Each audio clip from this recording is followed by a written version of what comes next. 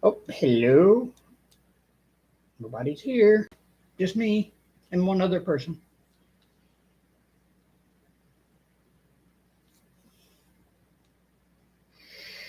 Oh, now there's three. Now it's picking up. See that?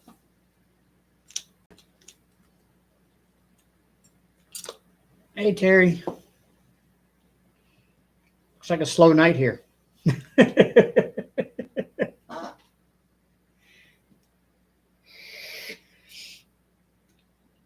So far. Hey, Dawn Marie.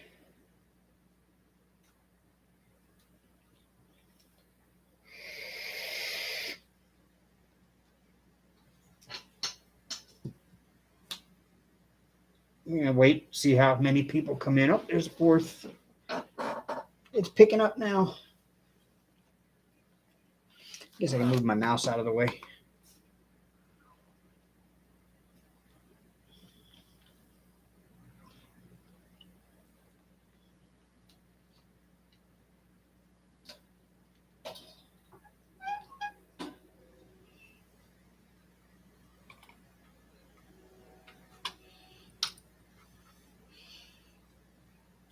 There. Had to get the lighting right. This thing is like way too much light on it.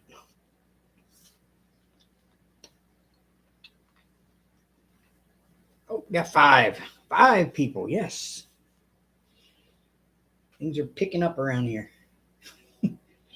It's been a really slow day in every sense of word around here for me. So it doesn't surprise me that chat's starting off with a slow start. Hey, Linda.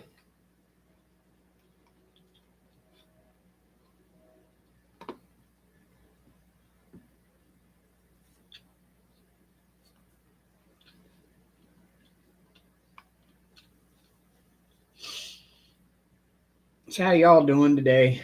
I haven't been in to talk to everybody today, uh, Terry. In fact, I wasn't in. Actually, I came in last night and I sat there forever all by myself late last night until about 3 a.m. And then I finally went to bed.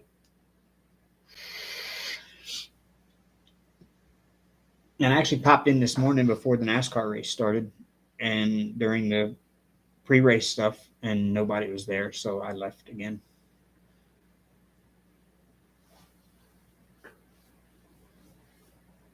So, y'all, take a look. I'm working on it again. I got the new drills in the other day and I got them all kitted up. No, Hank, no. He likes to jump from the TV stand onto the desk now, and it moves all around when he does and knocks the camera all off and everything. But he, for some reason, he wants to be right here now all the time. Hey, Cindy Lee. Oh, you went in and out last night and this morning. Yeah, like I said, it was late. Like it was like midnight, 1 o'clock, and I jumped in after I finished recording. By the way, y'all, I recorded 2 videos last night for upload later this week, so I'm going to start getting on an uploading pattern again at some point. So I've got 2 unboxings that I did, and I'm going to upload those this week. Um, really, really nice paintings. Actually, one of them I almost wanted to kit up and start on last night. I was like, oh no, I got to work on the Royal. I've got to work on this one.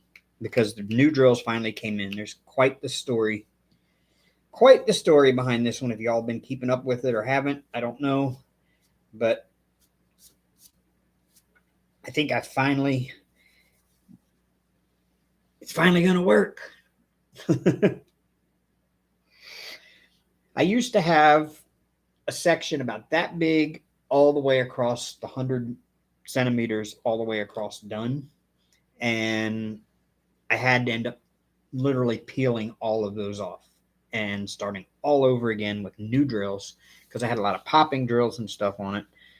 Which is that was the second attempt at starting this one. The first attempt at starting this one ended in there was a canvas misprint, and the square drills had big gaps around every single one because I guess it was made for rounds or something. So I contacted Royal, and they replaced the entire kit.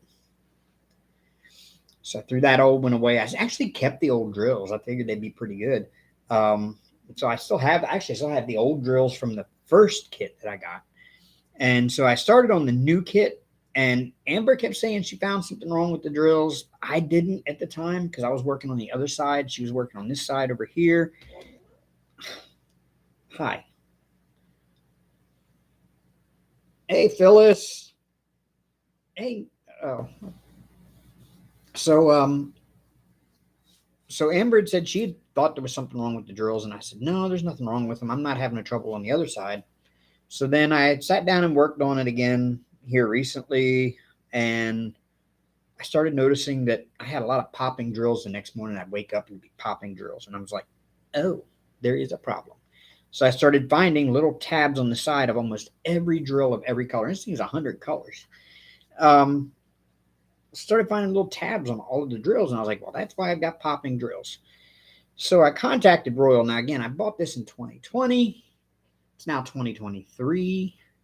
I contacted them back in January, and I said, look, I've got popping drills in this thing. I don't know that there's anything y'all can do about it now. I mean, it's been 3 years. She says, not a problem. I will replace all the drills for you. Send me the inventory sheet. We no longer use that supplier because of problems like this. I'm like, oh, okay. Thank you. Great customer service. So I finally got the new drills in day before yesterday. They are much better drills.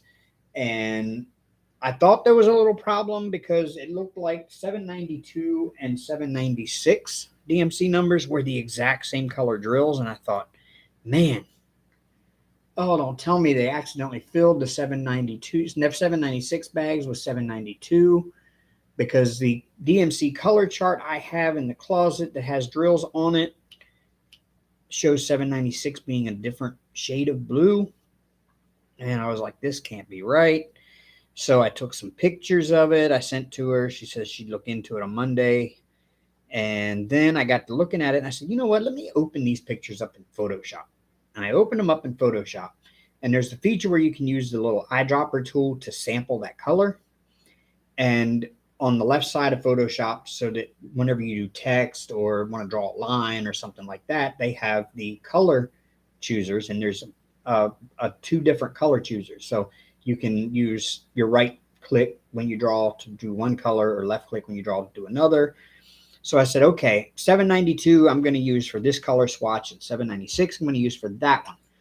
So on the picture of the two drills that I had, one of each from one of both of those, when I sampled the drills, the colors, I was getting that one was darker than the other. But to the eye, it didn't look like it. And to the camera, it didn't look like it. So I was like, something's not right. So then I pulled up the DMC color chart, which shows them as two separate shades of blue.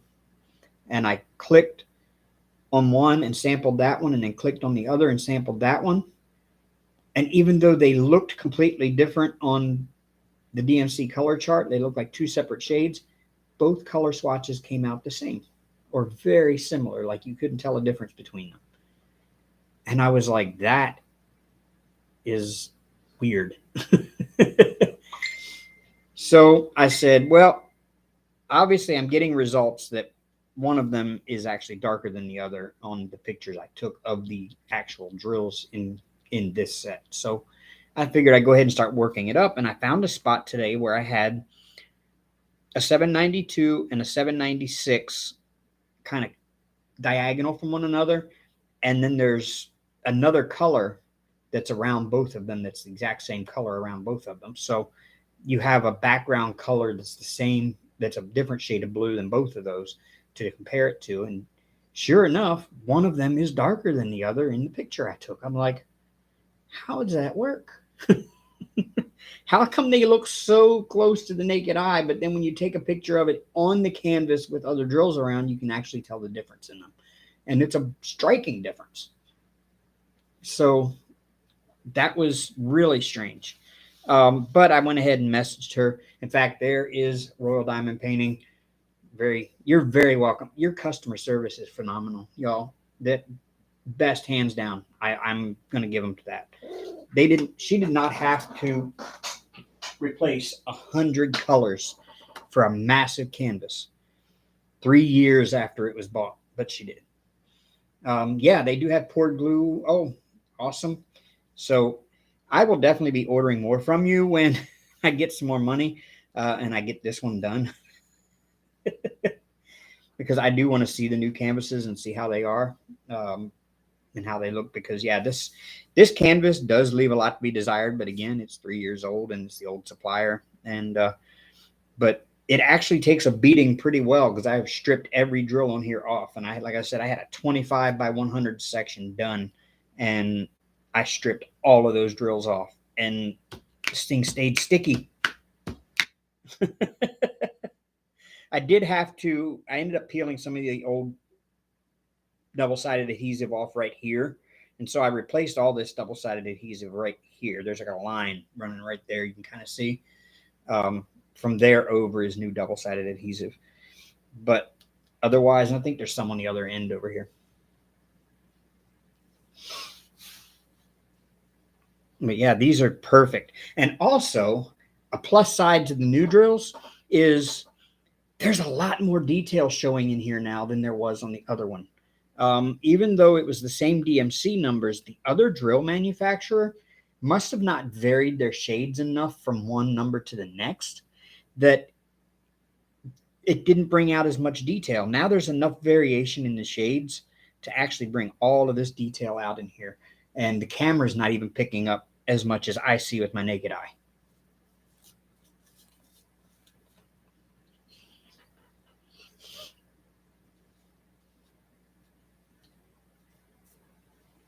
So that's kind of a plus. This is actually going to look better than I had actually imagined it would with the new drills on it. So I cannot complain. I am extremely happy. That's why I messaged you, because I wanted you to hear me put it out there of how amazing you've been through all of this. Hey, Pink Poodle, Ashley.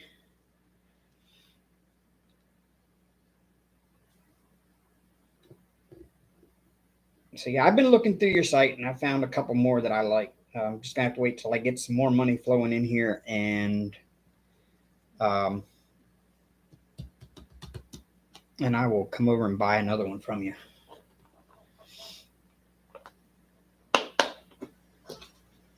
Until then, I'm going to start on this new 10 by 10 section. I've gotten this much done in the past couple nights. It's 20 by 10. And I just have to see what I got here. With 100 colors, you have to go through each box color by color and see what you have and don't have on the canvas. And now I'm starting to get over into where the reflection of the castle is right here. So I'm coming up into some different colors that I have not run into yet in this section. Hello, Marie. Did I miss anybody? Nope.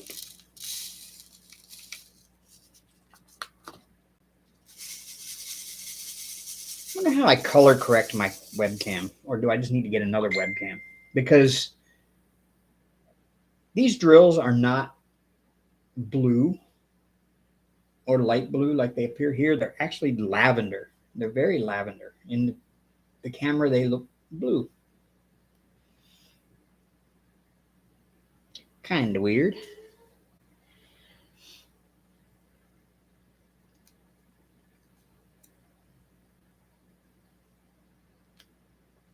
Yeah, I've found very, very little trash here on this one. So your new drills are excellent. Whoever your supplier is, keep using them.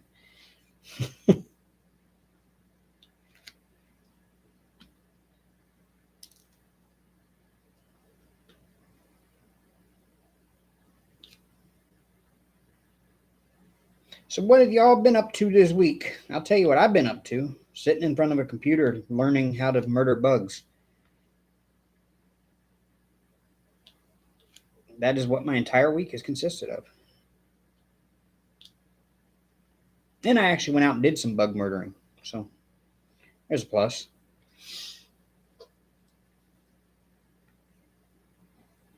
Yeah, awesome. I'm so glad you use Ziploc bags now, versus those little 200 count China packets, because those are so annoying to kit up. And the extras that won't fit in Harbor Freights don't take up nearly as much space when they're in Ziploc baggies.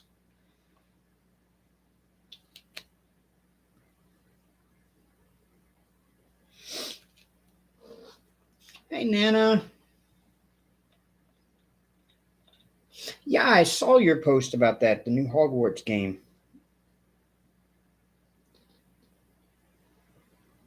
I'm biding time. I don't play a lot of games. I just play Minecraft and um, MLB The Show 22. And I'm waiting on the new MLB The Show to come out for 23, and that usually comes out in April. As soon as it does, I'm going to buy it, and then I'll be hopping on and playing that online.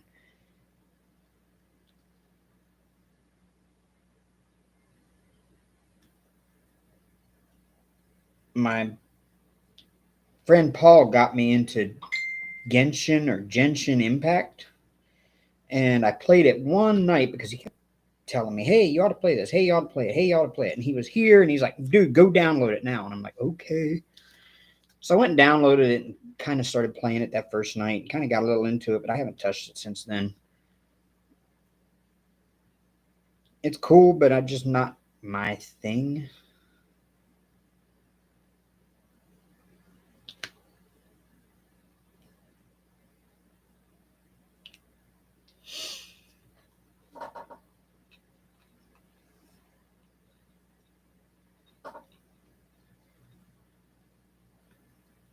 I was into.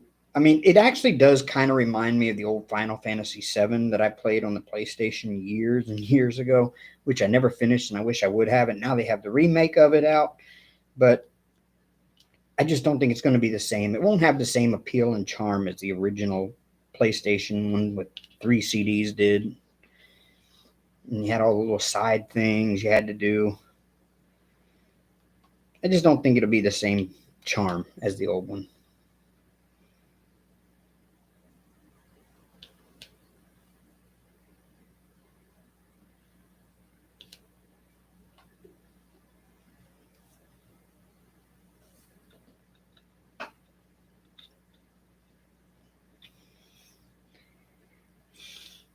Hey, Nana, I'm going to message you after the live is over.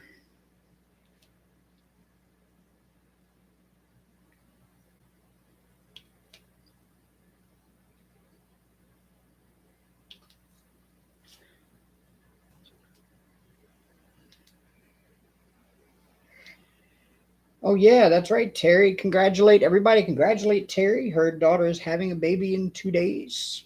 This is a scheduled delivery.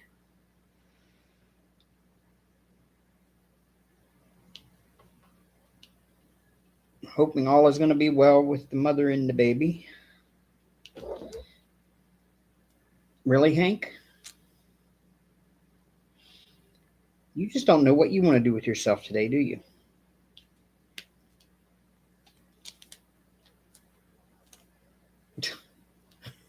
This cat is a mess. He just wants to be right here, like constantly right here. I don't know why. I'm getting Facebook messages and messages. I think I got all the K's out of it. Nope, I didn't. There's one more right there.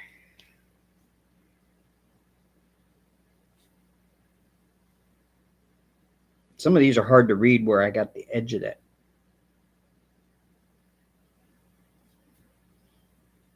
adhesive at. I think that's all the K's.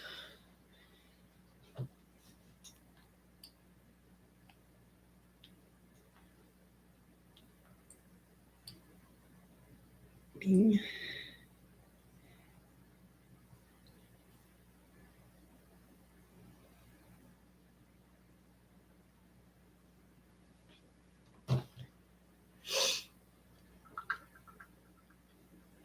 Hey, Dreamer. No, no, no, Nana, you didn't. You didn't do anything. It's yeah. I'll talk to you about it later. It's nothing you did at all. It's something we talked about previously. And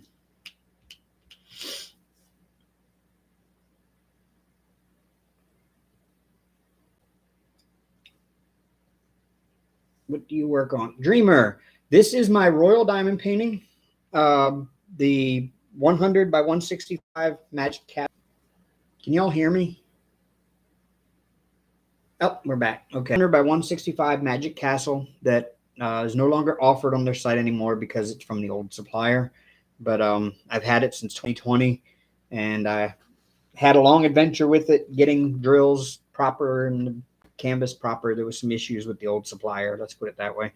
And she made it right, and I'm finally getting to work on it with good drills, in fact, better drills than what the original supplier had. And this is my third start on this particular canvas. So, third time's the charm.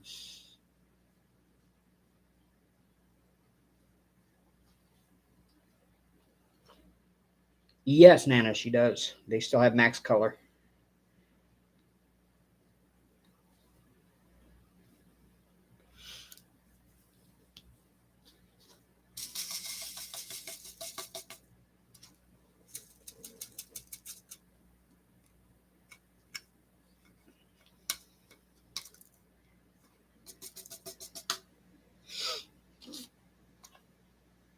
Thanks, Dreamer. Yeah, I had a lot of fun with that one. And yes, at the end of it, I was unhappy with the way it turned out. But the more I've sat here and looked at it from a distance, it's hanging on the wall now, and I'm uh, I'm not 100% impressed with my work, but I'm very impressed that it did turn out okay. Um, I still want to improve and do better because I know I can.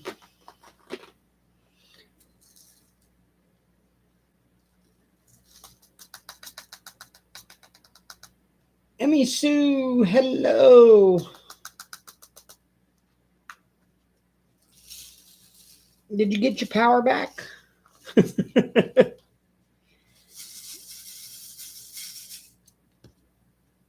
you still waiting for the electric company to correct the outage issue in your area? Hi, Hank. Really? This is what we're doing now? Oh, no.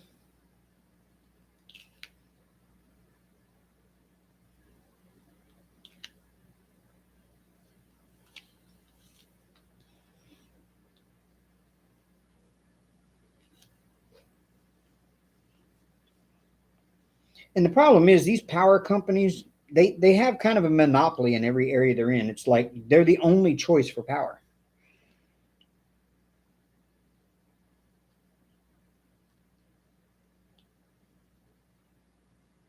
It's kind of like Comcast was in Maryland when I lived there. In the area I lived in, we didn't have a choice between AT&T and Verizon and Comcast and all these companies. All we had was Comcast. And so they knew that if we wanted cable or internet, we had to play their games. And they played lots of games. I don't know how many people they ripped off with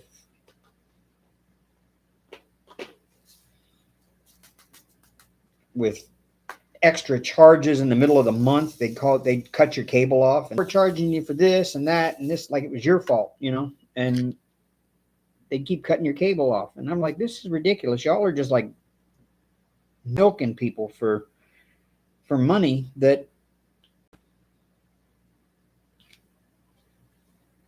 they don't have.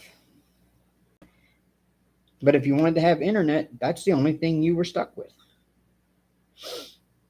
And these power companies do the same thing. You don't have a choice, so you got to deal with crappy service.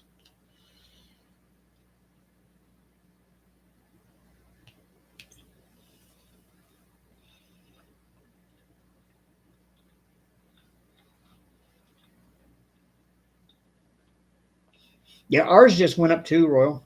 They went up ridiculously high. They just announced the change like back in December. They're like, in 2023, we're going to raise the rates. On average, the American household is going to pay, or the Alabama household is going to pay about $200 a year more. And my electric bill went from 100 to 150, like almost overnight.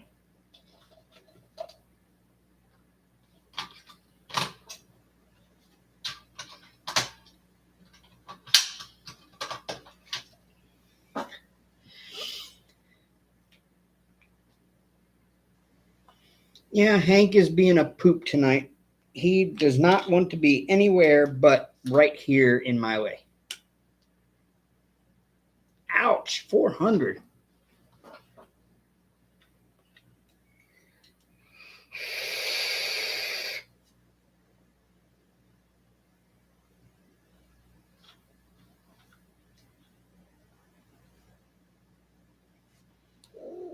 Hank, look up. Look up here, buddy. Hank. Hank. Up here. Hey. Never mind. You're not going to look up. Wow, just for the house. So I take it your shop is at a separate location than the house.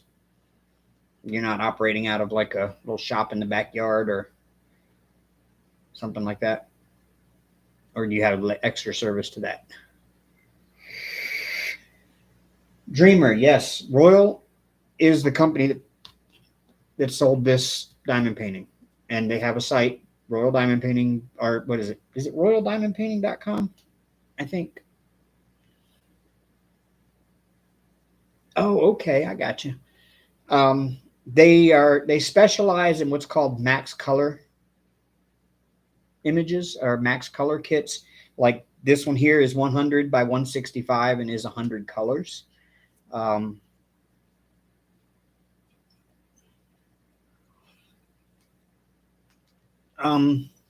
it's royaldiamondpainting.com, right?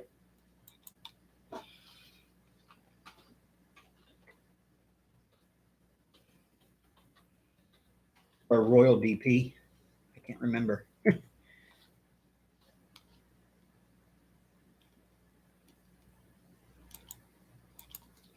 Hold on a second here. It is royaldiamondpainting.com.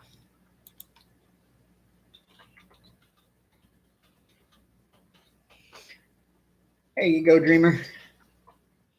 Yeah, I know Cindy Lee, but he has been this way for the past 2 days. Like, I cannot get him to stay off of right here. Like, normally he wants to be on the back of my chair or in my lap, but now it's like right on my canvas and he wants to lay here.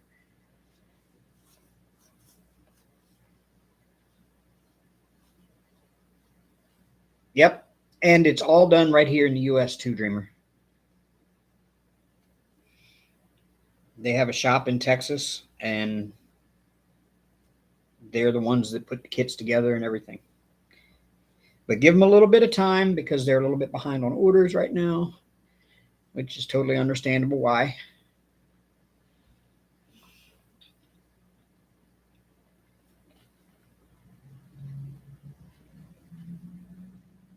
But they're getting caught up.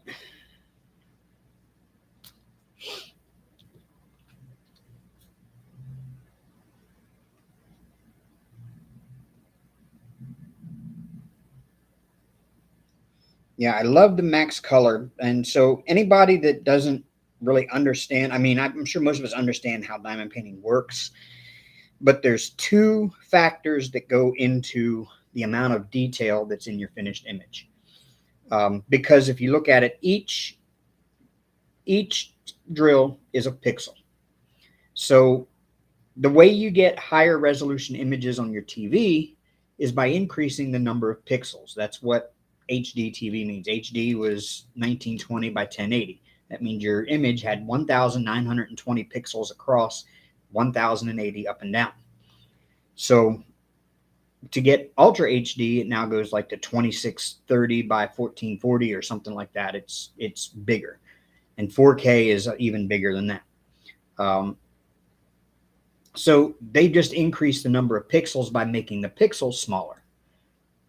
Well, you can't really do that on a fixed size canvas. So the only way to make the relative size of the pixels smaller is to increase the size of the canvas. So that's your first factor that goes into making a diamond painting detailed, is number of pixels that you can fit on the image. The second factor is number of colors. So you can actually have a smaller painting with more colors, and it'll bring out just as much detail as a bigger painting with less colors.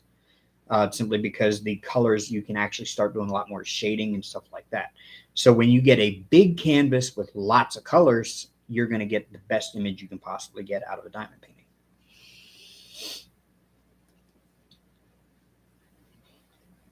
So that's why I'll always say go bigger, especially if there's a lot of detail in your image. You want a lot of size because you want a lot more pixels, because the pixels are a fixed size in diamond painting. You don't get smaller squares or bigger squares. You just get squares 2.5 millimeters each. So in order to increase the amount of little squares on the canvas, you just need to make the canvas bigger. Or you need to increase the amount of colors. Well, they do both. They give you big canvases, lots of colors. And the bigger the canvas you get, the more colors are in the kit. That's right, Dreamer. And like I said, this one is a 100 by 165, which to those of you who want to really realize how big that is 3 feet by 5.5 feet is how big this canvas is. It's 5.5 feet tall. It's 2 inches shorter than I am.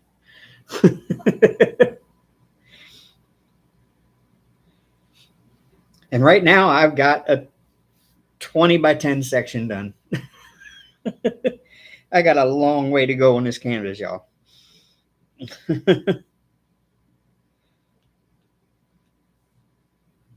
Hey, Mutt Nut.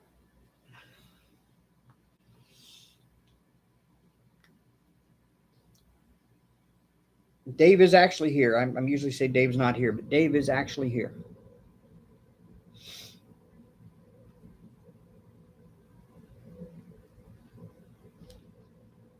I didn't realize there were so many people that did not understand where Dave's not here came from. Wow.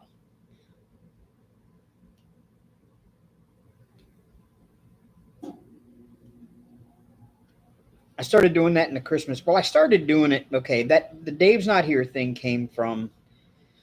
Anybody doesn't know, it comes from Cheech and Chong. They did a bit called Dave's Not Here, where the guy was knocking on the door.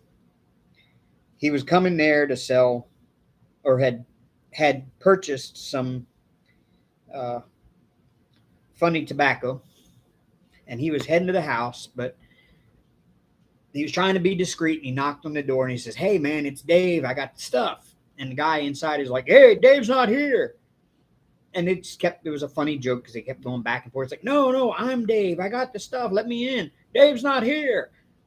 So it spawned from that. Well, at one time, years ago, when I first got a cell phone, I actually had that as my voicemail greeting when you called and it went to voicemail. That's what you would hear, was that Dave's not here bit. And because I just held it up to a speaker and recorded it when it said to record my greeting.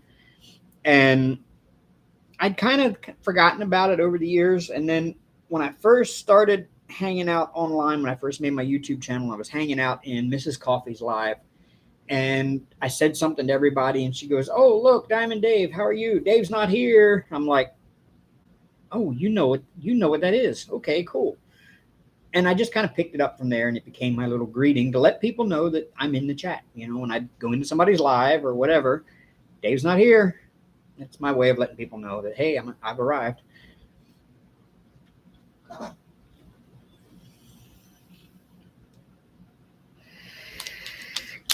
Hello, Lisa H. Hello, Connie. Oh, you offer payment plans. Awesome. I'll keep that in mind. Oh, you got to put Odin to bed. Okay. See you in a few.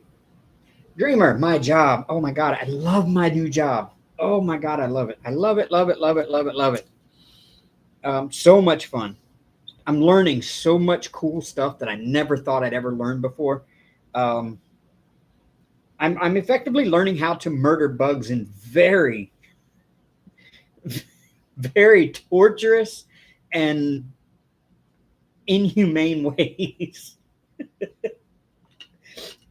Like, I just got done doing a unit on how some of our pesticides work on bugs and what they do. Most of them react with the nervous system. Well, a few of them anyway.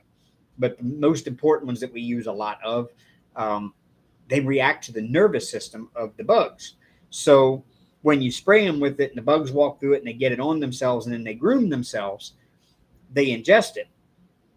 And upon ingestion, it starts messing with their nervous system. It's basically, it opens up the little channels where, like, when you go to move your finger, your brain fires a signal down to the nerves in the fingers that tell it to move. Okay. And it tells it to move a certain way. Like if I want to move it side to side like that, it tells certain muscles to move a certain way and it fires certain nerve endings and stuff like that. Well, what happens is with this pesticide, it actually opens up all those channels so that whether the brain is telling it to or not, they fire.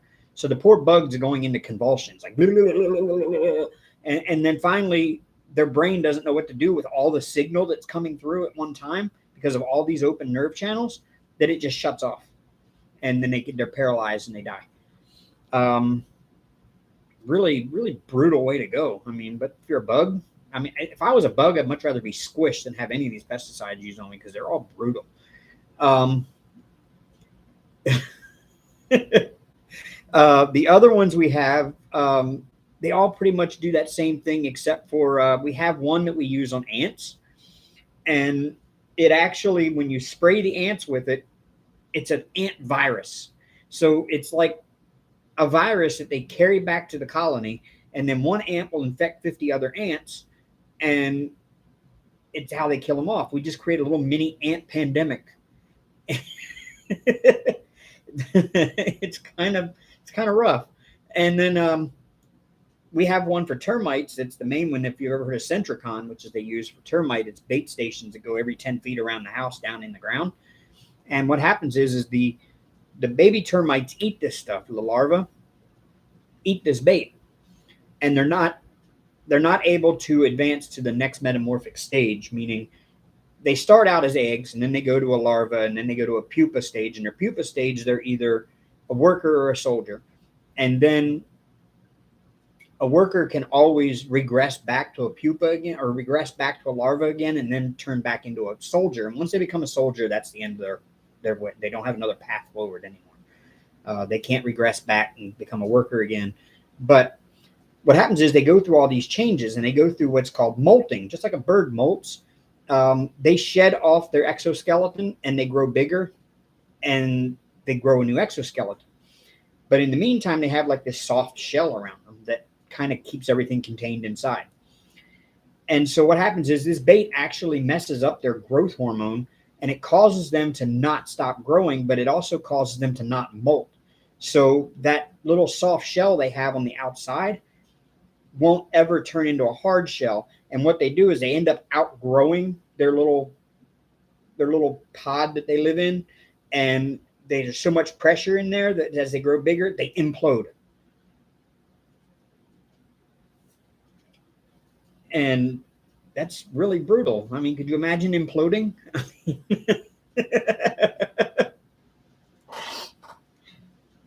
It's really cool. I really enjoy my job. It sounds bad, but I really enjoy my job. No, it's really good. The pay is great. The training is.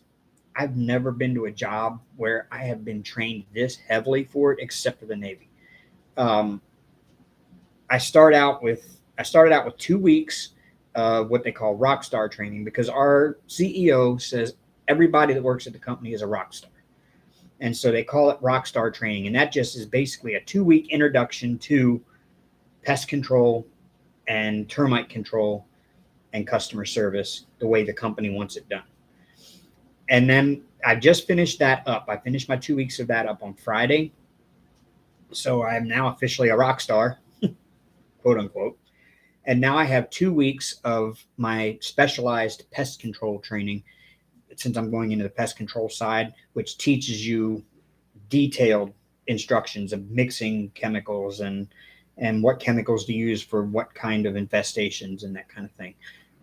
They also go through a lot of the customer service and sales because we do a lot of selling as a pest control tech. You go out, you find a problem that they didn't know they had, and you can sell them an option of that, and you'll get the commission for that sale. So, my paychecks, I determine my own paycheck.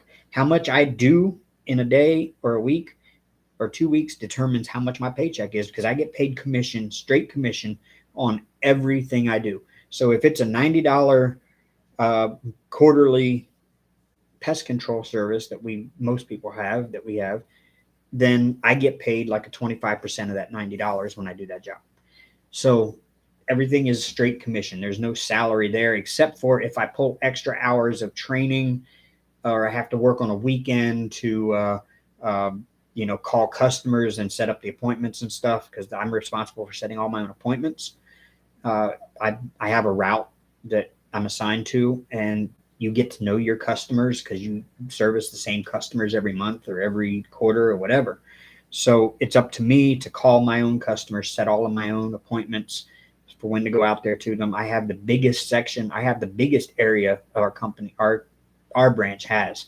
I have a huge area of Alabama that I have to cover by myself. So, and I've got 200 and some customers on mine, which is a little more than average. Most people have about 170 or so.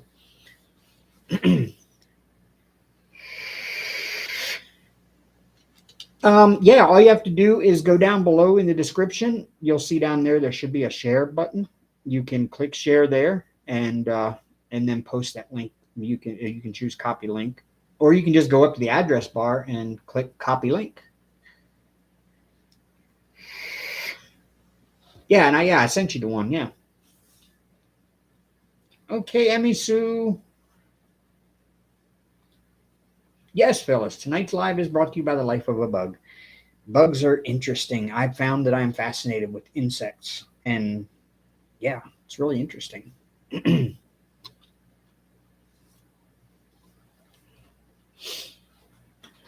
So yeah, I love my new job. Absolutely, absolutely love it. We had a new boss. See, the guy that hired me and interviewed me and hired me,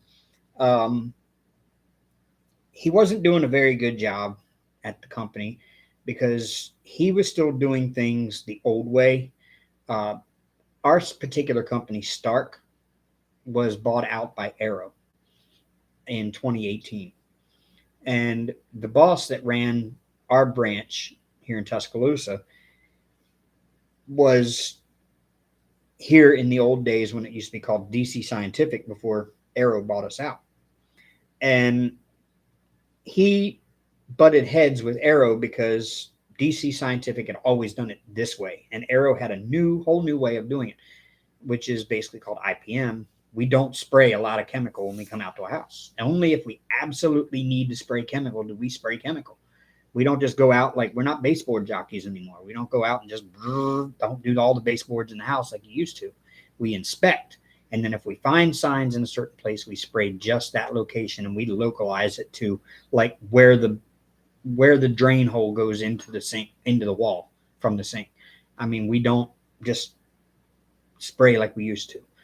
It's called integrated pest management, and we're trying to help the environment and keep from just spreading chemicals around the house. So, your kids, your dogs are safer, It's a much better way of doing things, but he had the old way of doing stuff, and he basically had run our branch into the ground. So what I didn't know is they were already looking at getting rid of him when I hired on. And so his first day of retirement, early retirement, forced, of course, was my first day on the job with the company. So we had a fill-in. Our regional vice president was filling in for him when I first started for my first week or so. And then this past Thursday, we met our new branch manager, who is just the really coolest dude ever. And I'm really going to enjoy working under him.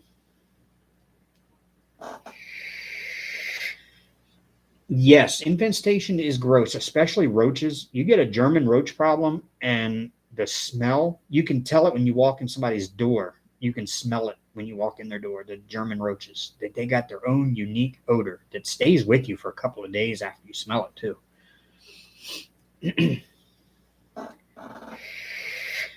Yeah, well, I didn't see him, Dreamer.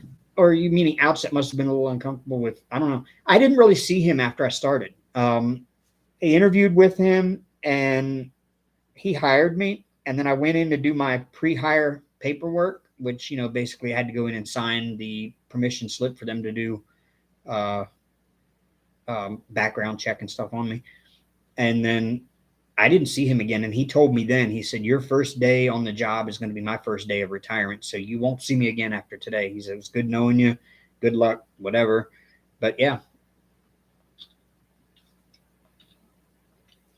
Yeah, most people that have a German roach infection live in the house with them. They know they have them because they see them all the time, but they don't smell it because they're nose blind to it.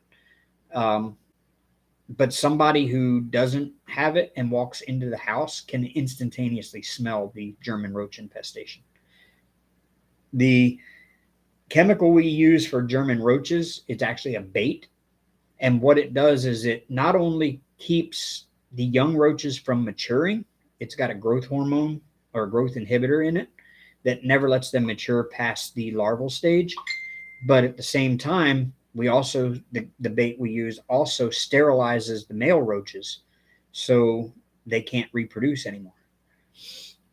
So we hit them with a two-step.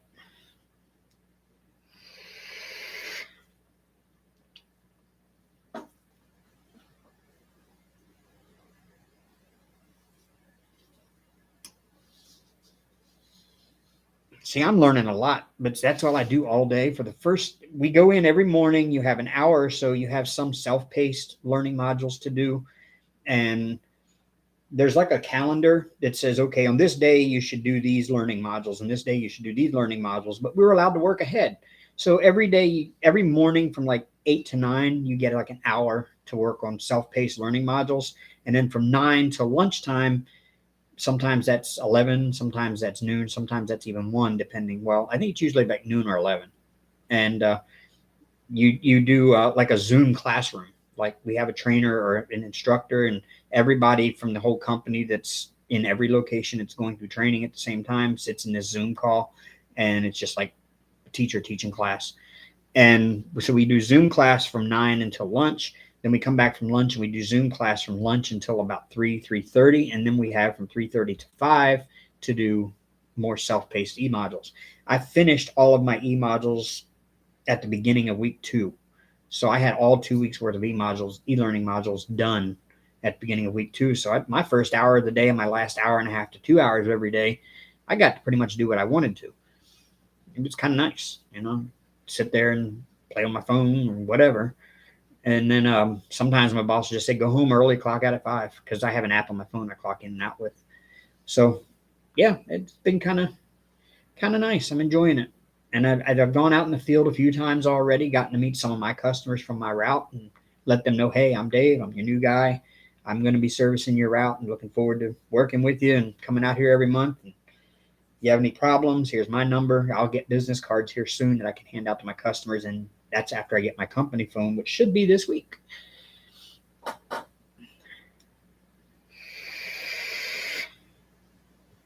Hey, babes in Toyland, it's Annie. Oh, hello, Annie. East Coast, Canada.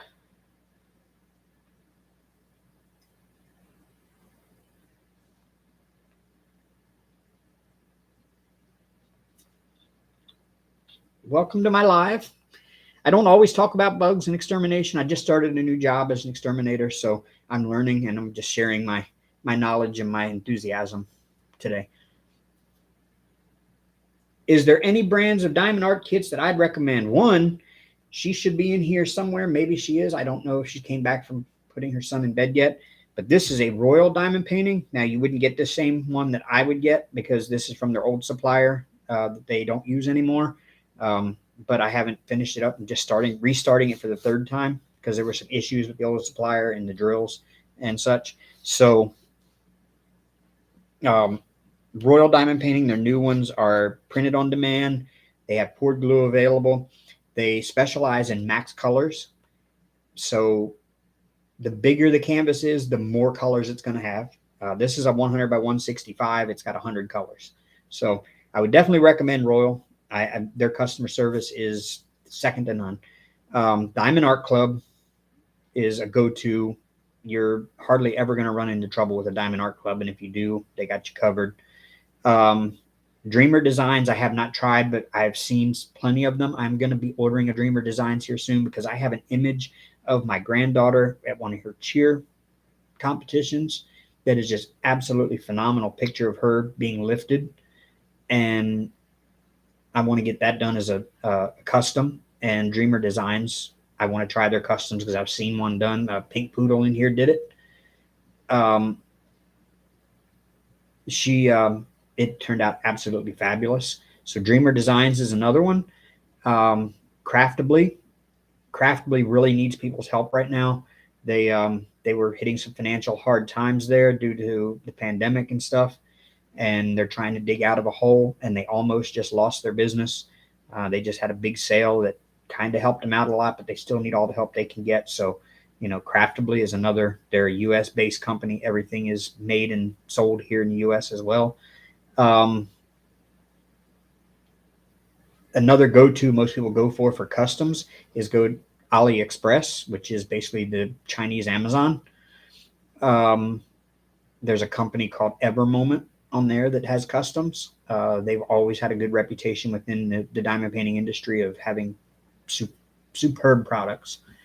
So yeah, there's tons and tons of companies. Diamond Dots, if you go to Hobby Lobby, if you have one around you, I don't think you do, you're in Canada. Michaels sometimes has some Diamond Dots, like the one I just unboxed, which I have yet to upload the video yet. It's actually Leisure Arts, Diamond Art by Leisure Arts, but it's powered by Diamond Dots, like right there. So those are a really good company. You probably never go wrong with those.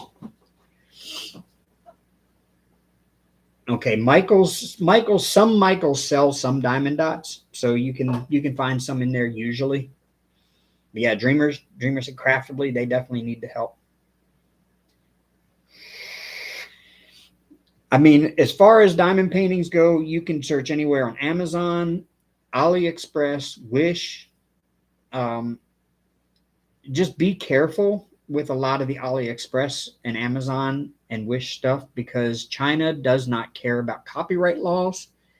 And you will find that there are images in some of those AliExpress companies that are also licensed artists to places like Diamond Art Club, Dreamer Designs, Craftibly, and those. So the best thing to do is cross-reference from AliExpress. Go look at those sites and see if any of those artists or any of those images are on those other places before you buy them. And I would not buy one from there.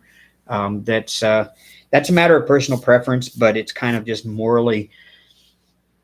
The artist isn't going to make any money off of that because China doesn't care about copyright, and they're not subject to our copyright laws. So they just find images that they know people will like, and especially they will go to Diamond Art Club and look at their images, find that image, and turn it into a diamond painting over there.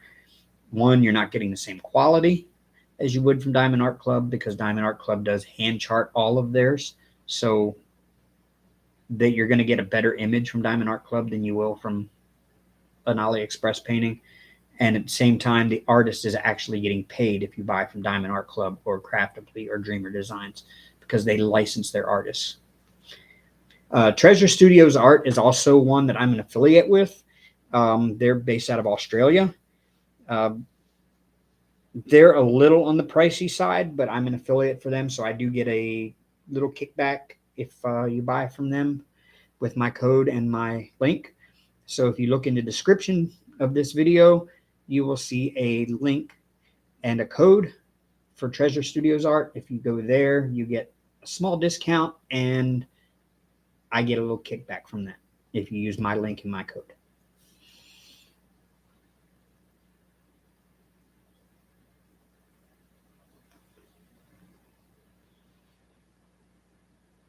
You're always looking for new artists.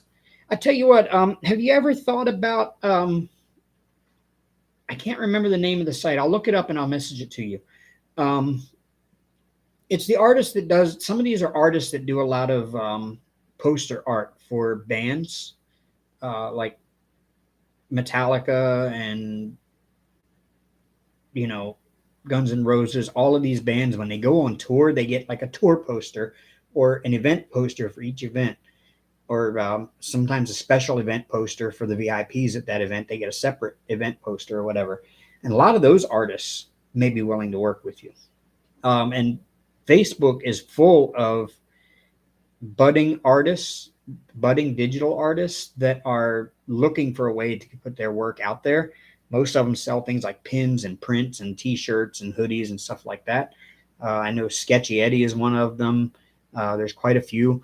So you can always go to join their groups and check with them and see if they want to be licensed to basically, allow some of their art to be made into diamond paintings. And then they get a little kickback from it, a little bit of the cut of the money from the sales of them. You can always look into that.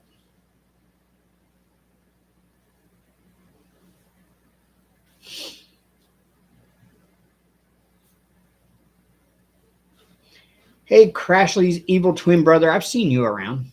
You're not new to the community, but you are new here. Welcome.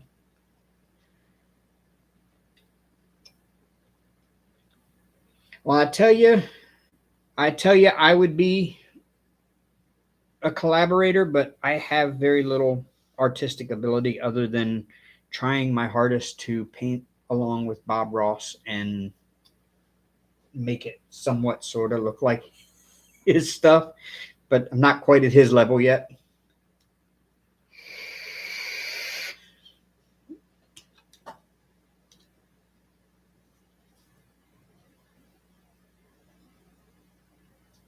I tell you, Babes in Toyland, one of my favorite artists um, is John Poppleton through Treasure Studios Art. I love all of his work.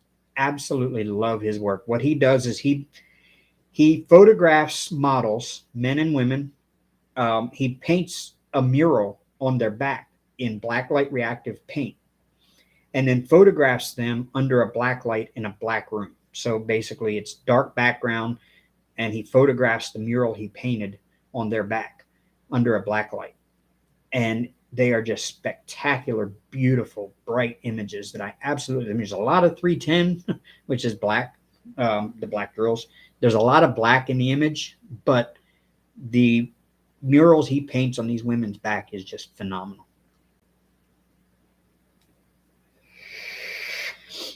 I am a Bob Ross collector.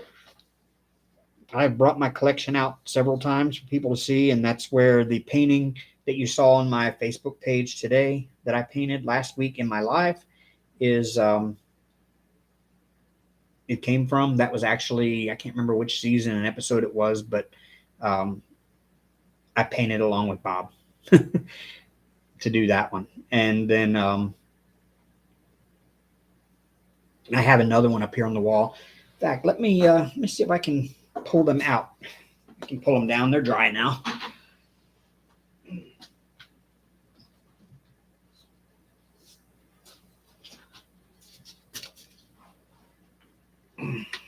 Okay, let's see.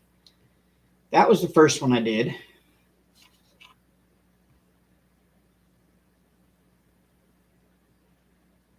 See, now the camera actually picks up the flaws because it's up close.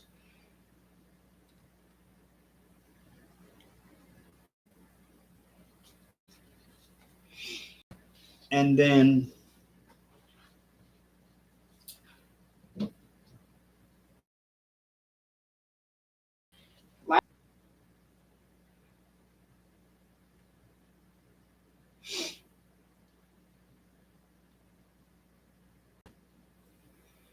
so yeah, I'm actually kind of surprised that I was able to achieve that because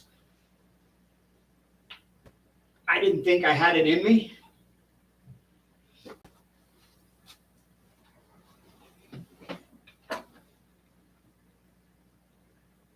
I sleep at night with Bob Ross on.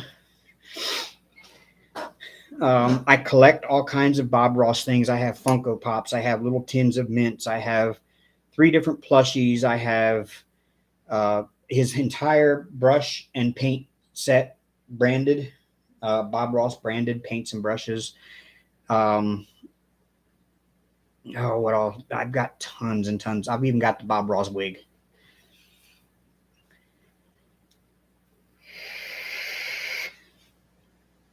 So I do intend on continuing working on my Bob Ross stuff and painting some more. And I've even got his palette, the big plastic, clear plastic palette that he used. Believe it or not, his palettes were actually clear plastic. Um, the only thing is he had to sand them for TV because if not, the studio lights would reflect off of it and create bad reflections. So he actually sanded his, which is why his always looked like a cloudy white.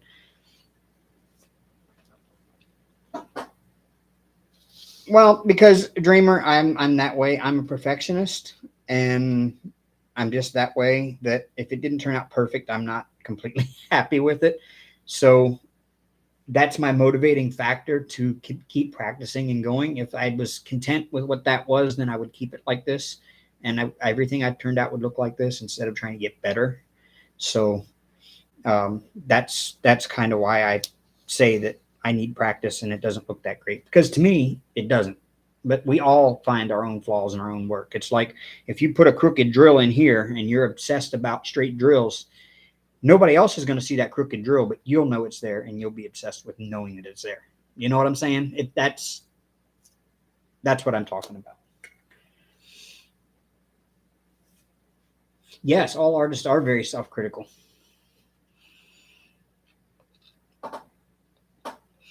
I haven't got into his cabin yet. I've seen like he does a lot of cabins um, in his show, and I haven't got to where I've wanted to do one of his cabins yet. Um, I haven't learned that technique as of yet.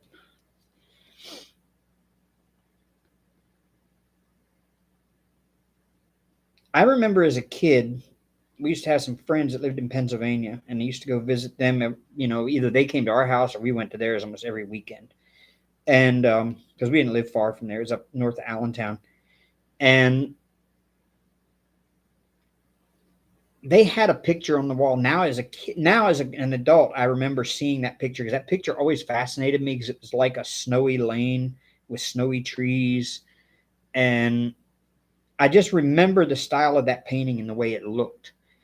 And I thought, now as an adult, I remember that when I was as a remember seeing that as a kid and staring at it, and I remember seeing the name Ross down in the corner because I thought it was odd because their daughter had their granddaughter's last name was Roth, and I thought, how odd is it that somebody named Ross painted this one, and their granddaughter's name is Roth? And looking back on it, I think they actually owned an actual Bob Ross original that hung in their house all the time.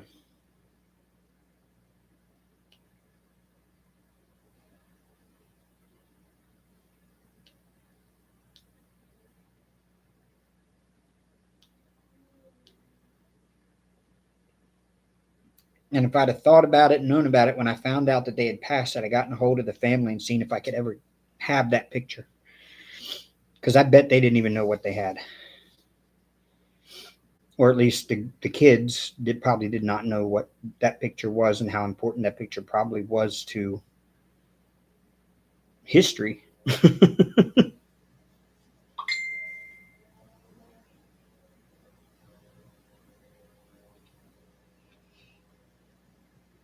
Which painting, Crashly's Evil Twin, Caden? That's your name. Which one that looks like fun colors? This one here? Yeah, there's a lot of blues in the bottom of this one. This is what it will look like when it is done. Yeah, this is what I'm working on. It is 100 by 165 with 100 colors, and it is the Magic Castle. So I mean, it is 3 feet wide by 5.5 feet tall, and 100 colors. And right now, I'm working on this little corner down here. right there. They're right about there. Actually, no, I'm working right there. Yep, right in that little corner right now.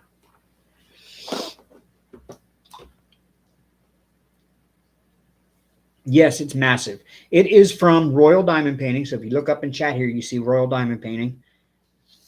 She's the one that put this one out. They do not offer this image any longer.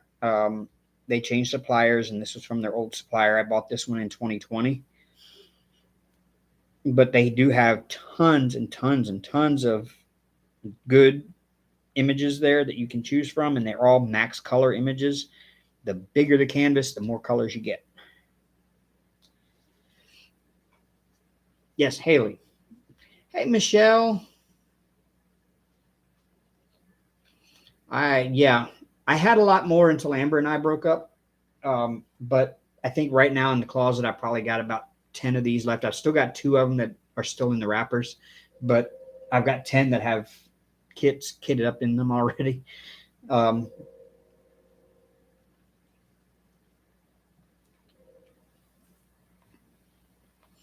Yes, yes, they are legally licensed.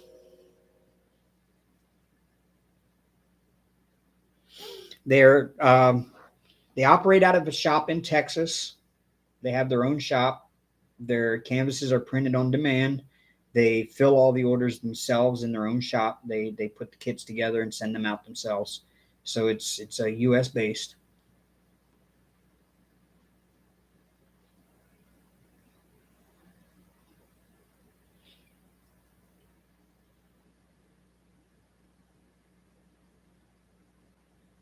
And she said they do offer payment plans. She said that right before she left to go tuck her son in. So,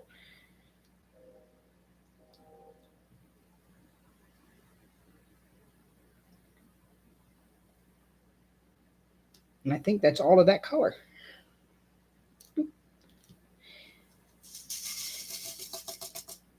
Well, when you got 100 colors, if you miss one drill of a particular color, it really sucks, because then when you get down to the end and you got to go find which, because Harbor Freights only have 24 in a kit.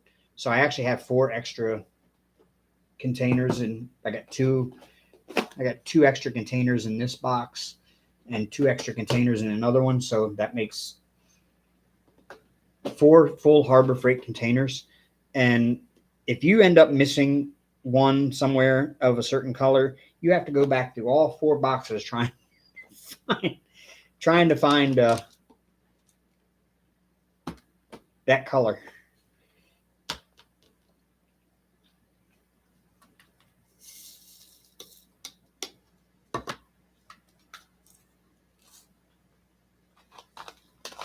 Okay, do I have any Q in a circle? Yes.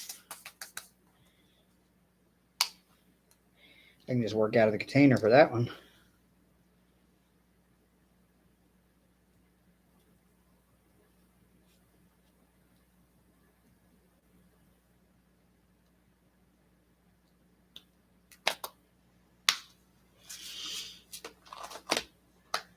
And thank you, Nana, for posting all those links for me.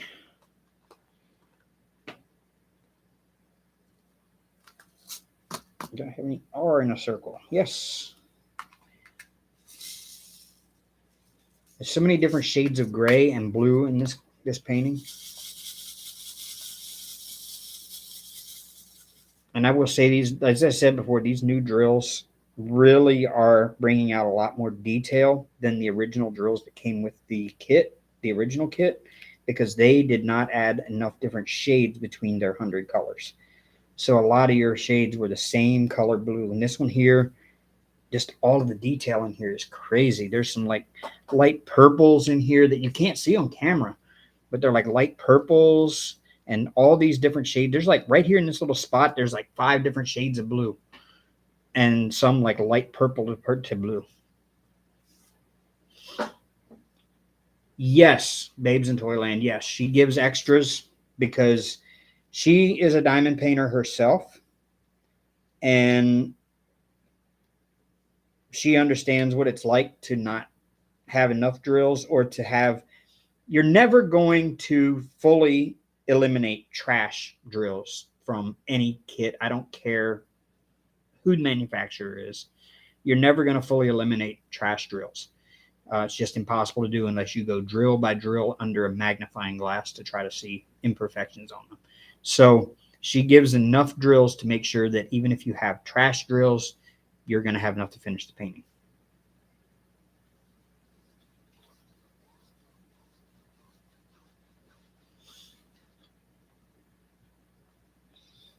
And she packs the drills in Ziploc baggies. In fact, let me go grab.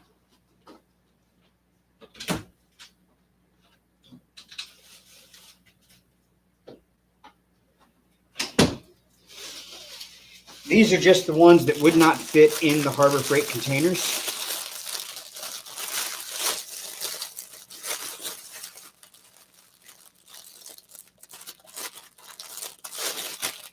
If I can just find the end of the wrapper there. This kit came with 7 of these big bags full of Ziploc bags. She's got it all in Ziploc baggies, numbered with the DMC number. And if you look at the inventory sheet, I have it over here. Yes, I have it right here. If you look at the inventory sheet, it's got the number, this numerical order number. So number 61 would be 995. So there's your, and it's got the kit number. And it told me it's replacement drills because these are all replacements. But yep.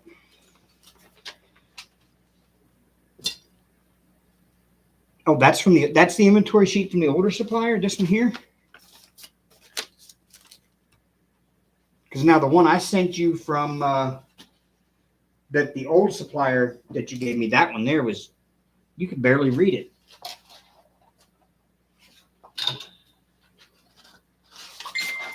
Yeah, this was the original inventory sheet.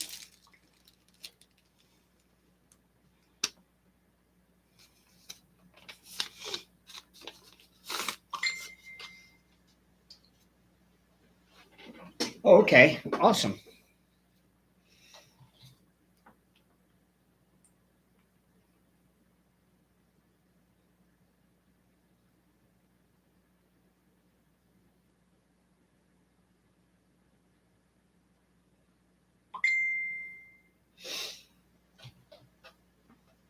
But yeah, so they're all packed in Ziploc bags. Like I said, these are just the ones that would not fit in Harbor Freight containers. So I'll have to keep refilling my Harbor Freight containers as I go with the ones from here. So yeah, that's...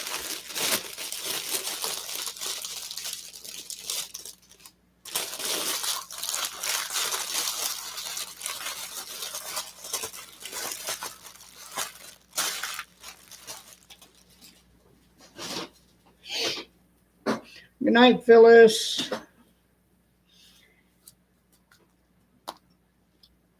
What color is this? R. Circle R.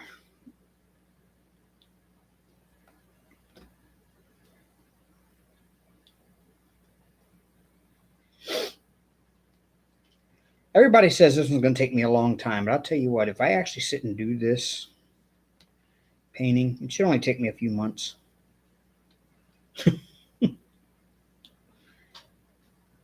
But I do have other interests as well. I do cross stitch, and of course I work. And I also build models. So I've got my hands full. I haven't built a model in a while. I really need to pull those out again and start building. Plus I backpack on some weekends, especially coming up in the spring and summer now. I'll be getting out in the woods and doing some backpacking. So that'll limit my diamond painting time. I have figured out that I may be able to take my cross stitching along with me so that I can cross stitch in my tent at night when I'm out on the mountain. That might be fun.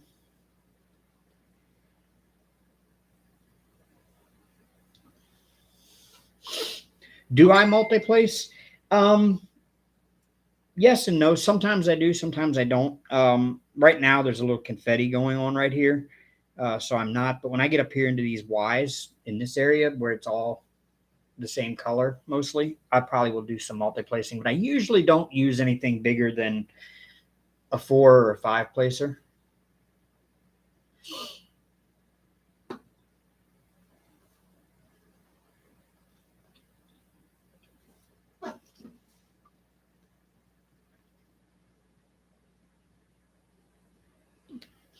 So yeah, I have got some work done on some of my cross stitching. I'll show that off here real quick. Um, this one here is by Carolyn Manning. It's called Rockhound. I'm not very far on that one. Emmy Sue is a lot farther along than I am on this one.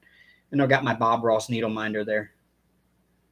That marks the top of my canvas, or top of my fabric. And then, oh, cool.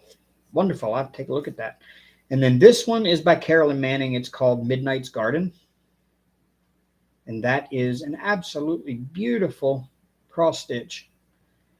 Very detailed. I still have another, like up in this corner here, like that. I still have another thing like this to do up there. And then I've got to do all of this here and that in every single corner. And then there's a border around the edge that goes around. I'm approximately like 56% done with this cross stitch.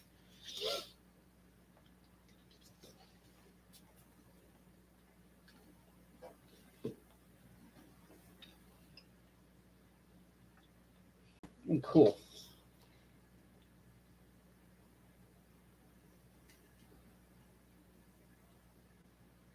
Oh, awesome. Yeah.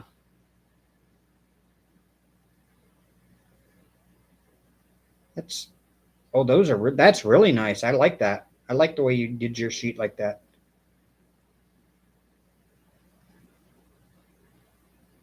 And you've got the sample color on the color part. Cool. On the symbol part. Awesome. I like that.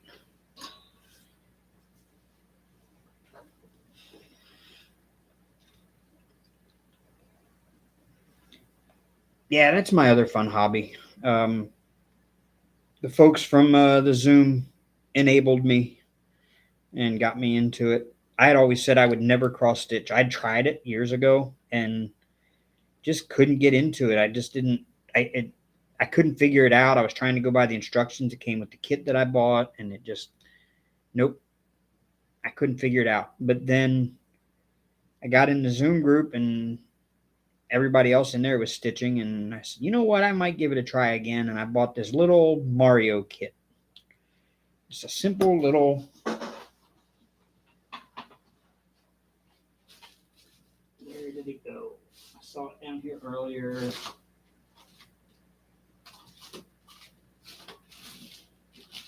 There it is.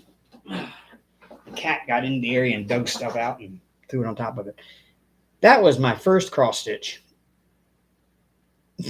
Little tiny Mario.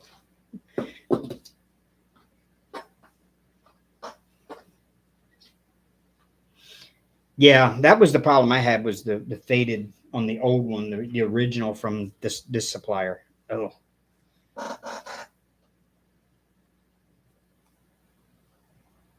And all they were was photocopies of an original. Basically, they had I guess like a master copy of it, and all they did was just photocopy the inventory sheet, and it was so crammed up with stuff all in one page. And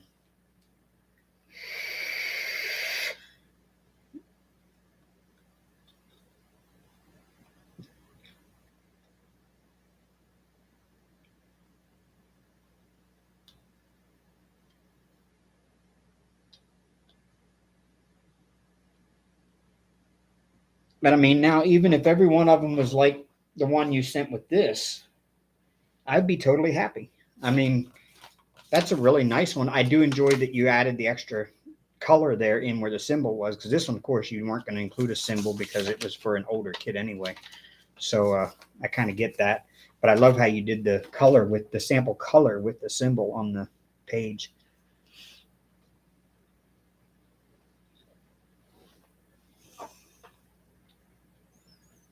The pick of a cactus says don't be a prick. I just downloaded a couple of snarky ones the other day. Like one's a cat, like he's looking around the corner and he's looking at you, and it says, "Are you pooping?" So I'm gonna put that one in the bathroom. I bought that on Etsy the other day. Little pattern.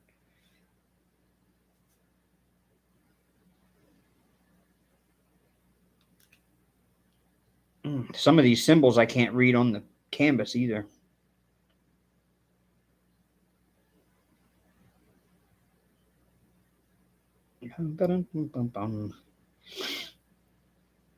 But y'all, this is not indicative of her product now.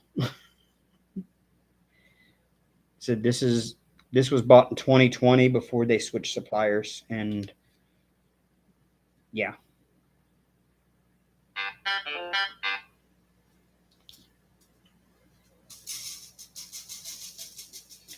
There is Robert. Hey, I'm doing great, friend. I'm doing great.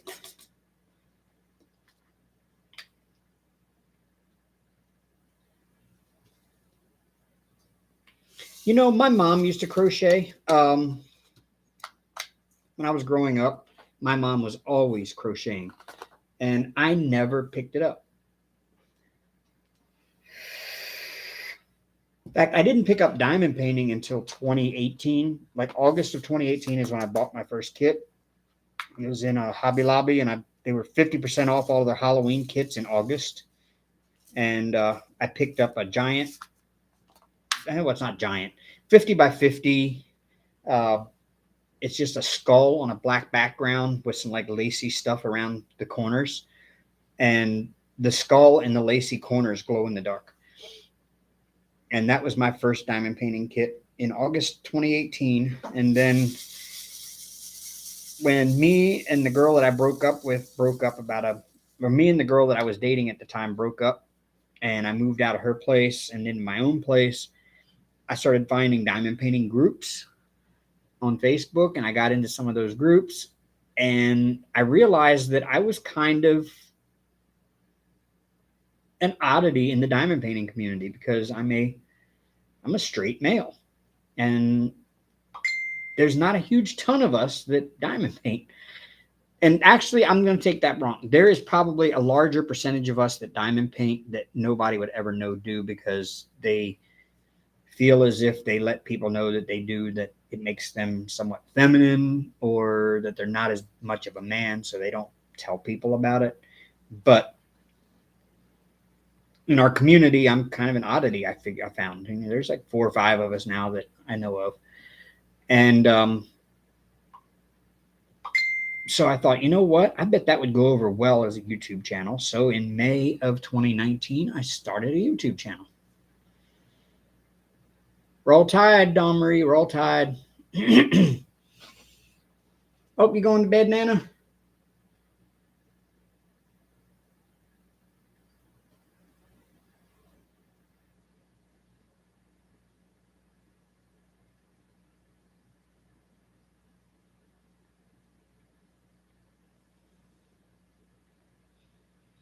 All right. Good night, Caden.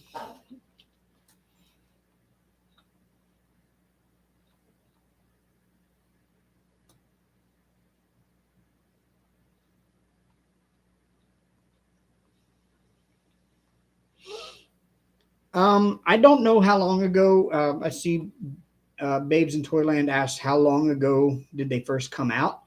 Um, oh, you're leaving, Don Marie. Okay.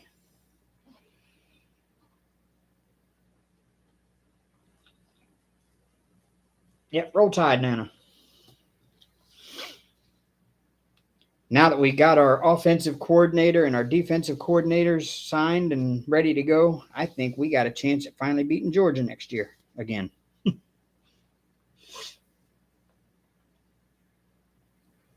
Knock Georgia off their little pedestal they think they're on. Um,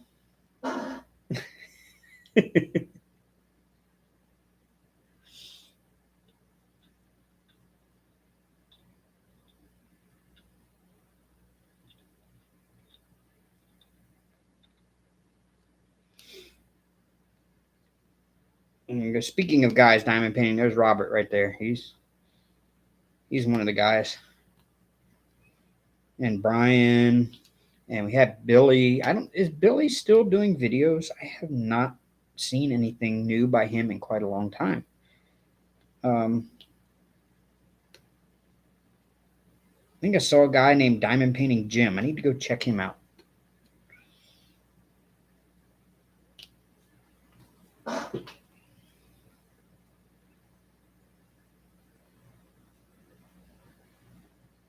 How is Hank? Hank is good. He is being a pain in the butt the past couple days. He only wants to be sitting right here, and I keep having to shoo him off my desk.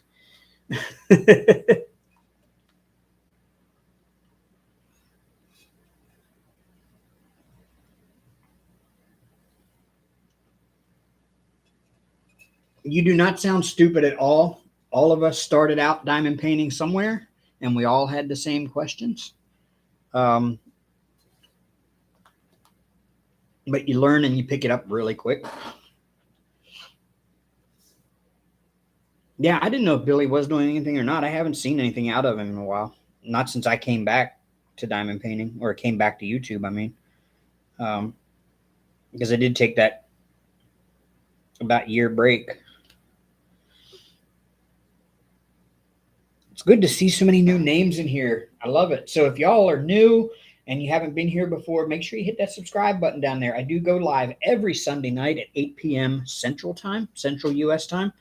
Unless there's something going on, like especially with NASCAR coming on now, that today was the Daytona 500.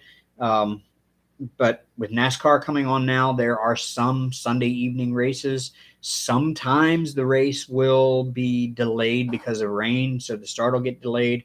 So in that case, if it's a race I really, really want to see, I may forego going live to watch the race. I don't know. But for the most part, every Sunday night, I'll be right here. And I usually go live 8 to 11. I've been kind of debating that because of I've noticed from 10 to 11 things die off here pretty quickly, and I've noticed that my viewership goes down for that last hour, and so I've been thinking maybe cutting it off at 10 might be a thing to do here starting soon. I don't know yet. Plus, also, this new job is not like my old job was.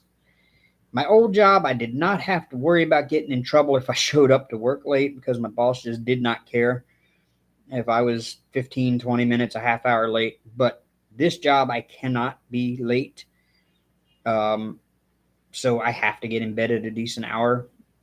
And I've been trying to recently, and so far I have not been late to work.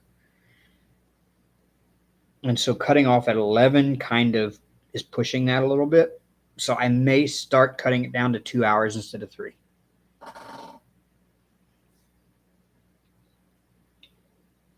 Derek with diamonds? Okay.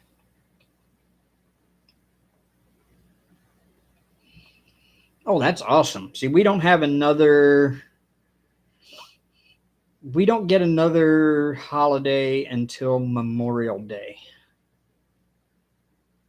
which is the last weekend of May.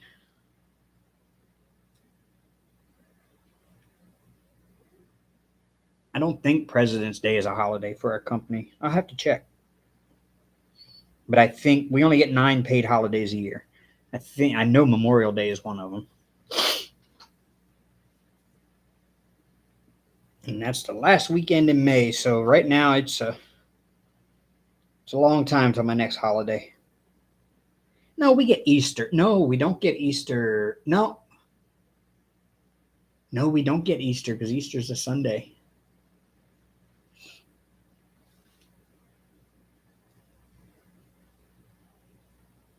I don't think we get Good Friday. I have to check that one too then, because that should be coming up sooner than.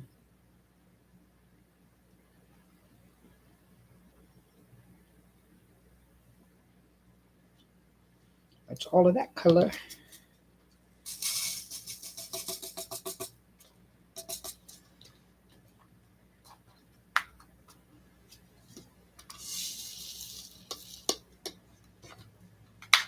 So if y'all haven't noticed what I do is different than some. Some people like to rip all of the paper off or plastic cover off and do all of one color on the whole canvas at a time. Um,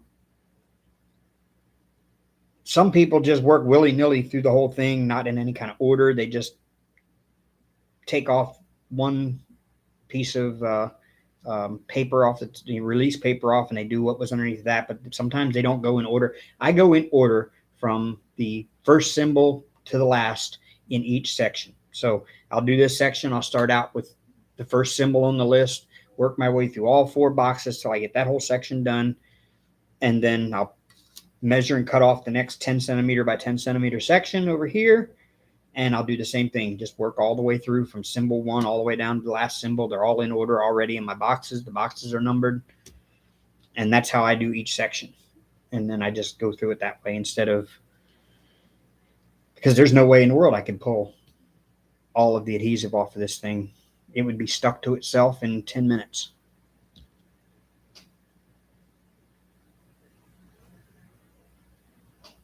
Oh, you're very welcome. Thank you for coming in. I just wanted to make sure that you could hear what I had to say about how exemplary you have been with this painting and all of the adversity we faced with it and gotten it right.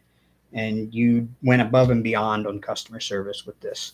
And it just goes to show that you are definitely a company I want to buy from again. And I will be again in the very near future. So it was a pleasure having you here. And we do look forward to seeing you come in and hang around with us.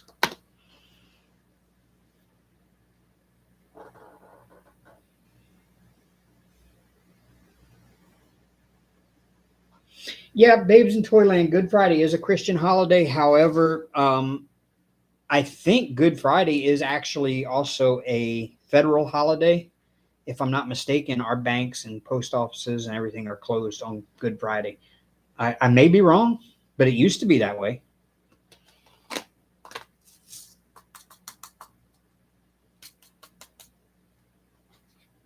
I know schools were always closed on Good Friday when I was a kid.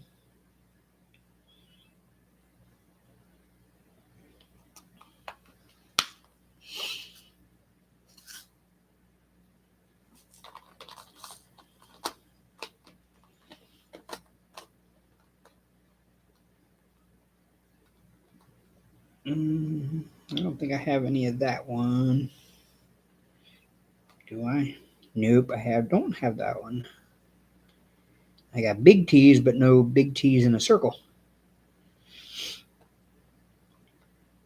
Do I have a little U's in a circle? Lots of gray. There's lots of grays. In fact, I think I have all 50 shades right here in this painting.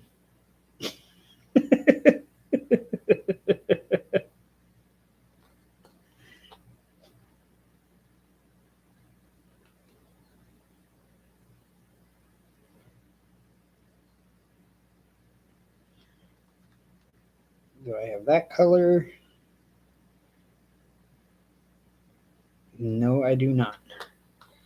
Do I have that one? Of course I do not have that one yet. 310. You know what? This whole painting, as big as it is, that's all the 310s in this whole painting.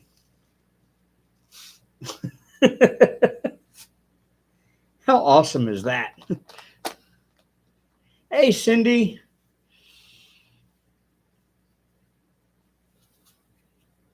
We got Cindy Lee and Cindy Stevens. The Cindy twins.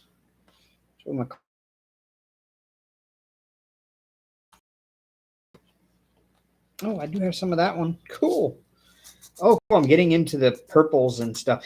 This right here is where the reflections of the castle start, and they go over to about here. And then from here over, it's more like this. Well, you can't see from here over because the camera isn't over there. But yeah, to give you an idea, this kit is the length of this whole table. That's just the width. The front of it, excuse the messy floor, but it goes here. That's where my camera normally sits when I'm on Zoom.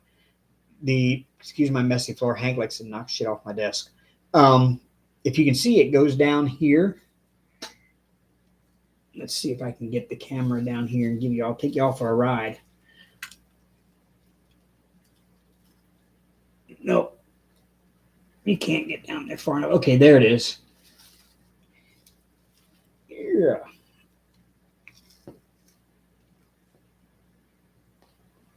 So it goes down. I built this thing. It's just two L-shaped posts. And on the top of each L-shaped post, I went to Walmart and I bought a towel rack kit. And I took the little ring parts that go on either end of the towel rack and I mounted them to that little 1x. And then I went and bought a dowel rod that was big enough to fit through the middle of a pool noodle. And I slit the pool noodle and I stuck the dowel rod in the middle of it. And I left out an edge, on the end so that it can go through those two rings. And what I do is I take the very end of the painting and I stick it into the slit on the pool noodle, and then I just wind it around that like a paper towel roll or a toilet paper roll, and I stick it into those two rings on the two L brackets on the floor there, and then I pull the diamond painting up over the desk, and I can work on it here while it's still rolled up down there. And as I need to move up farther, once I get up here, and I can't go any farther without having to like lean way out, then what I'll do is I'll pull the diamond painting down under the desk, like down here, and I'll find a way to roll it up underneath the desk somehow so it's out of my way. And then I can continue working on it that way until I get it all done. So it's basically like a big scroll when I get done. There was a storm here Friday, so the kids are having extra long holiday off Friday, Saturday, Sunday, and Monday. I swear they're home more than they're in school. I'm really surprised at that. In Canada, I mean, was it a snowstorm? It must have been a pretty bad one if it was a snowstorm and actually missed school up there, because I lived in Grand Forks, North Dakota for 4 years. And that 4 years that I was up there, we had some pretty bad snowstorms, but the kids only got out of school like 2 whole days out of 4 years I was up there due to snowstorms. So it must have been a pretty bad storm if they actually missed the day of school.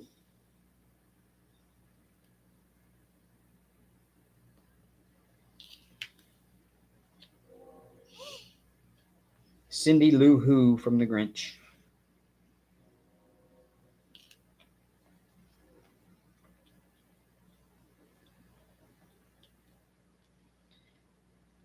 You know, the girl that played Cindy Lou Who has a rock band now, and she's really, really good.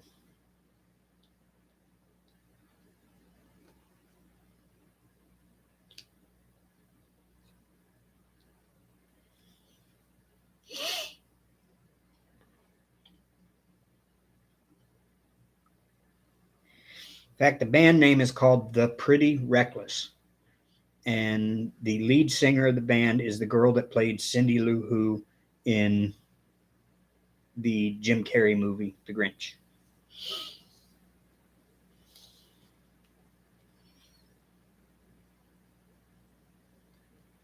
It's a fun little factoid.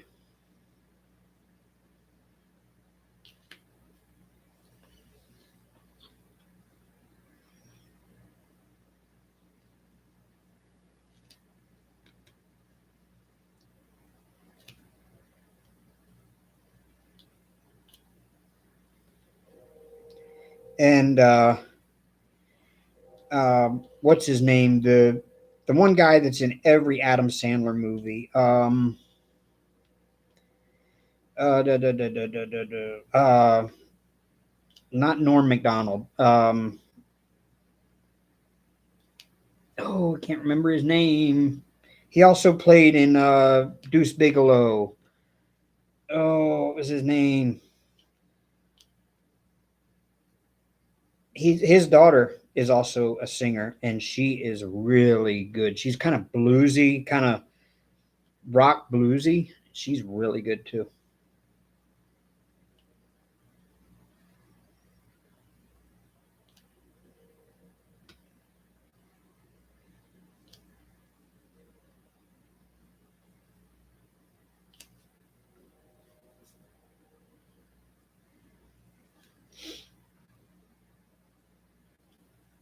I don't know whether to call her rock bluesy or bluesy edge or edgy blues. It's really good music.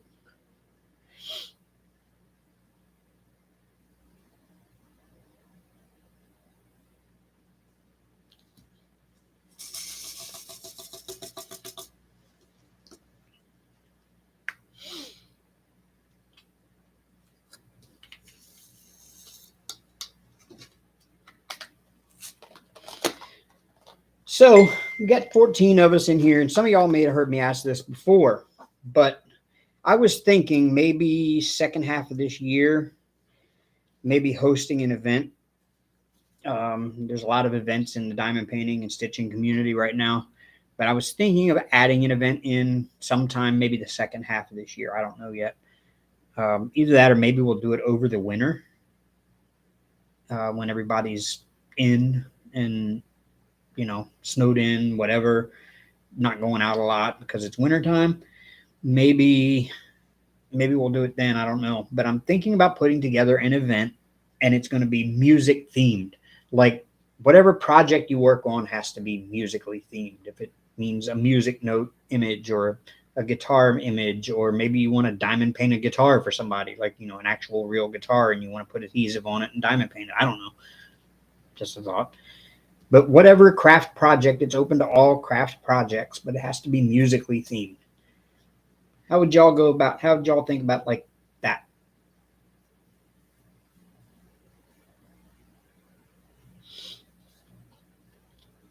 Because I wonder that because I have some musically themed paintings in here that I've just never done yet, and they've been hanging in the closet since 2019. And I would really like to work on them and see how they look because they're customs of pictures I took from the front row at a Metallica concert. And I want to do them. It's just I never have the time to do it. So doing a musically themed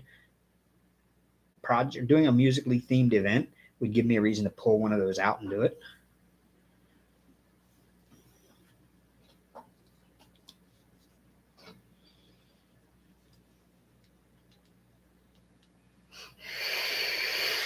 Plus, I still have a Metallica album cover 50 by 50 custom in there that I'm partially finished with.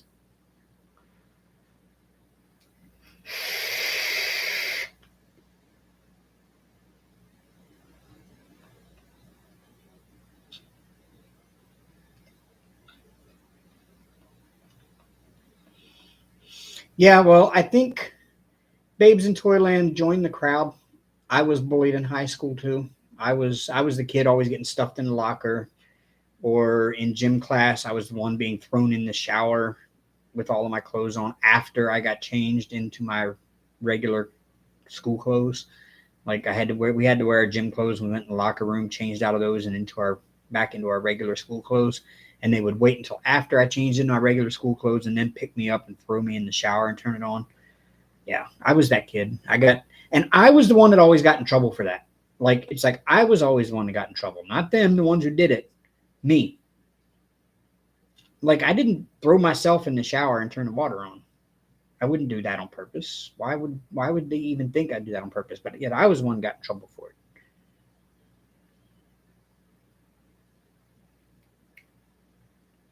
Well, you will never be bullied here. You have found a safe place here.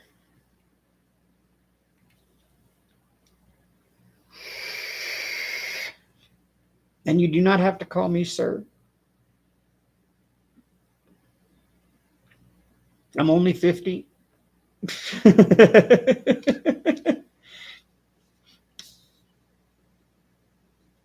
My dad was sir.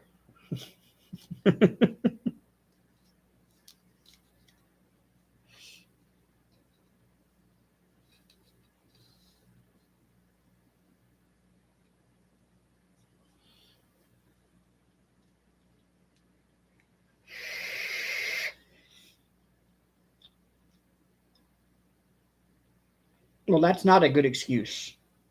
That's really not a good excuse for being bullied, just because you're always polite. And see, that's what I run into now as an adult. I won't call it being bullied, but I'm kind of a doormat because I try to be polite. I try to be respectful to people. I try to be a nice person the way I was taught to be growing up. And there's some really not so nice people out there that will take advantage of you for being such a nice person. So I don't call that bullying as much as just them being an asshole. And I run into that a lot in my day-to-day life, relationships even. So that's still no excuse for them to behave that way, though. They're adults. They should not behave that way.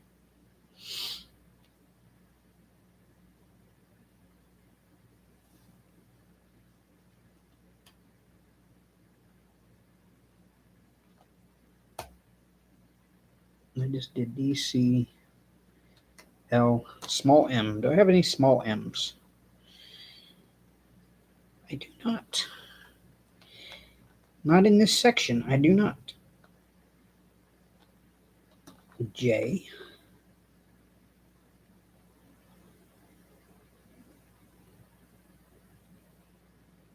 Got those. So the other day I was coming home from work. I guess one day last week I came home from work, and laying in the bushes out here outside of my door was this, you know, postal service envelope, one of the cardboard shipping envelopes. And I saw the address on it was 5H, which is the apartment straight upstairs above me. And it was a couple of really nice Middle Eastern guys that lived up there. I'd spoken to them a few times. They were really kind people. And it was addressed to them. So I figured, it got put on their doorstep and the wind blew it over into the bushes. It was kind of wet and whatever. So I sat it up on their doorstep again. And Friday, was it Friday? Yeah, Friday I came home from work, or Thursday, and it was laying in the bushes again. So I picked it up, and when I did, the top of it was like kind of had been out in the elements for so long that the top was flimsy, and it opened. The adhesive that was holding the top flap there opened. And as I was picking it up, it fell open, and I looked at it and I was like, this is this guy's degree that he just earned from the University of Alabama is in this envelope. So we all have like a little clip on our door, right beside our door. I hung it in that clip and I wrote a note on it to tell him, hey, I'm your downstairs neighbor. Found this in the bushes. I think it's something you might want. And I stuck it in that clip. It is still there. I think they moved out. And I don't know how to get that to them because, again, they were Middle Eastern. They were here on a school visa. I found their wallet one time. One of them was laying out here on the sidewalk. And I knew the only Middle Eastern people in the complex was the people upstairs above me because I had seen them come and go. And I took their wallet up and handed it back to them. And a few days later, in our little clip on our door was an envelope with two $25 Target gift cards or Visa gift cards. I can't remember which. And they were really, really nice dudes. And I would hate to see them not be able to get their degree that they worked the past 3 years to get. And I don't know if they moved out of the country or what.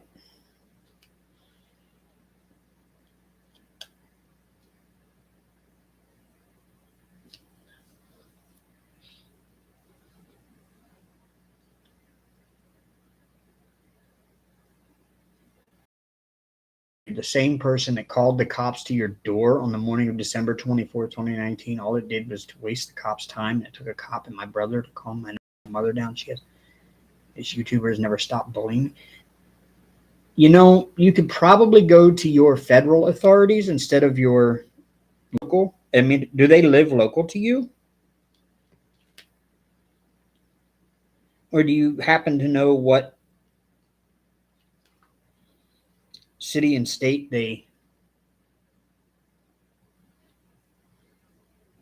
or what province, city, and province they live in. I keep saying state, but I forget your Canada provinces there. Um, if you happen to know that information, you could probably notify the federal authorities, because I know here in the United States, using the internet for that purpose is a federal offense, not a local offense. So you may be able to report that to some higher authorities, and you really should.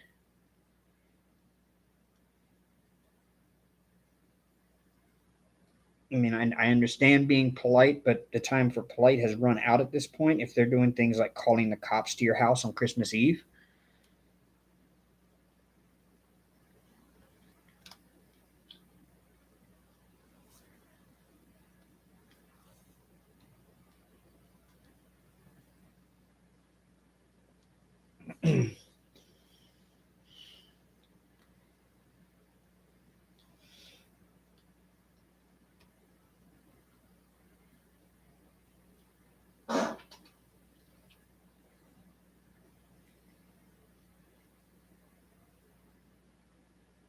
It's okay, Beth. Thank you for coming in and watching.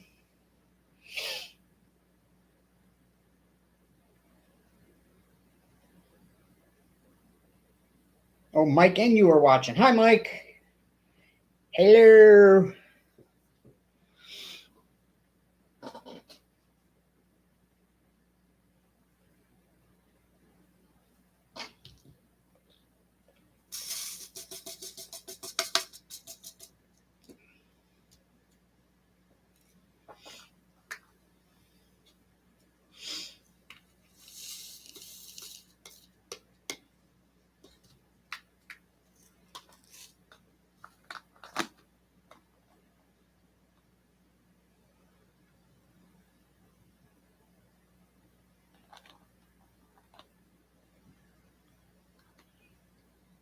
Gee, in that one, I don't have either one of those.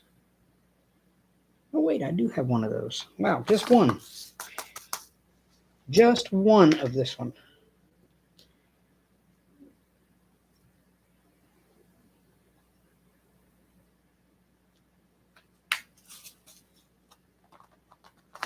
And that is box number 2 done. Or that's box number 1 done. All right, let's pull out box number 2. Put this over here. Box 2.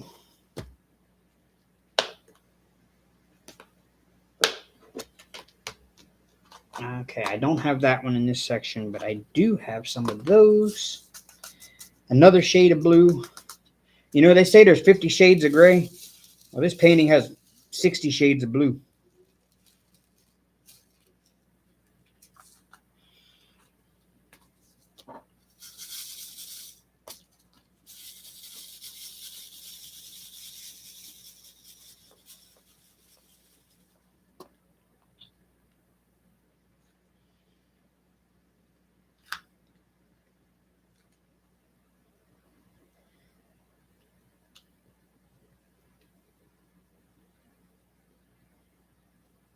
Oh, I just found one here that I had in that last.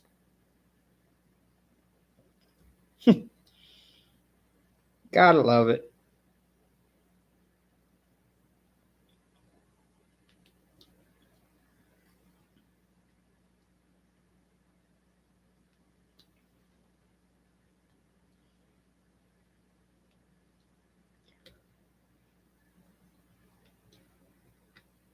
Gotta love it.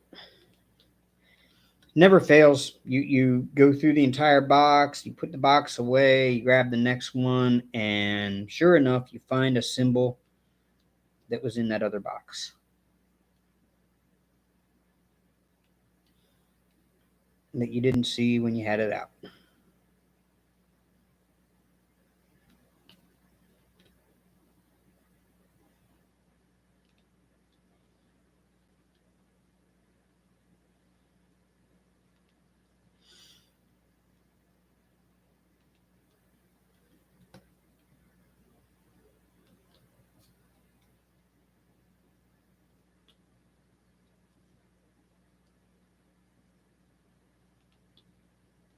It's really interesting too. You look around and you find the symbol you're working on, and you find one of it, and then all of a sudden, more and more and more of that color appear everywhere you look. You're like, oh, there's only 2 or 3 of them on here. Oh no, there's like 50 of them.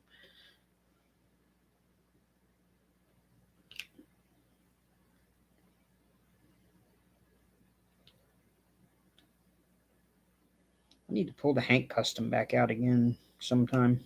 I've got so many paintings I want to work on. I want to start one of those new ones that I just got and I just filmed the unboxings for. But I was actually going to do that tonight. I was actually thinking about kitting that up during the day while I was watching the race and then working on that one tonight. But I really got a lot of catching up to do on this one. So I decided to go ahead and work on this one anyway. Because this is going to be a gift for my granddaughter when I'm finished with it. And I've had it since 2020, so it's time to get it finished now that I have the proper drills. And these are perfectly good drills. I haven't found any bad ones yet that are trashy. Well, yeah, I found a couple of trash drills, but nothing major. They're normal trash drills.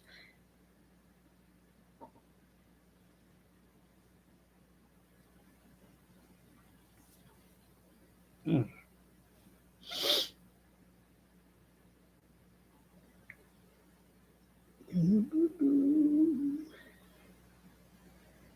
I think I got all of them of that color.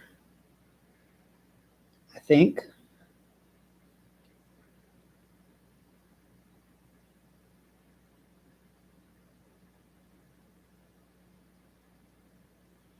Nope, found another one. And another one. And another one.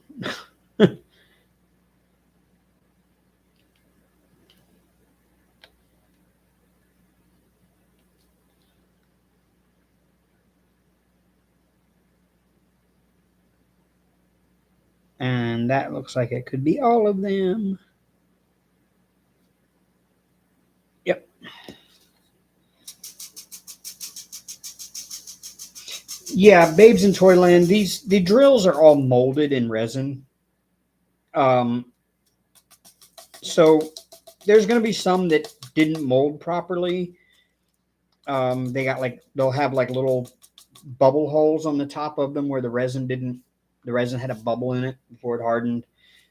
Some of them will have they didn't fill the mold all the way up or whatever, and it's just like the outer shell of a drill and it's hollow and there's no bottom on it or anything.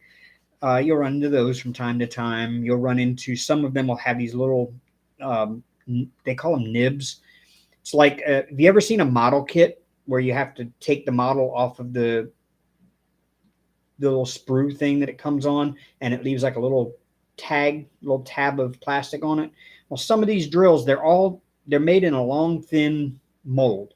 They pour the resin in it, let it harden, then take them out, and they cut them on a machine that cuts down the middle of the drills so that they're square along the edges. Well, sometimes the machine just misses one just right and it leaves a little nib of plastic there on the side that makes it interfere with the ones beside it when you put it in place so that it pushes them out of the way, and that's what causes what's called popping drills. So when you run into those, you can see them in the tray. And when you run into those, you just take them out and throw them into a trash pile or whatever. So yeah, you're gonna have some trash drills, but nothing major. Beth, she'll never outgrow this. Her mom's 30 years old, and her mom still is a Disney fanatic.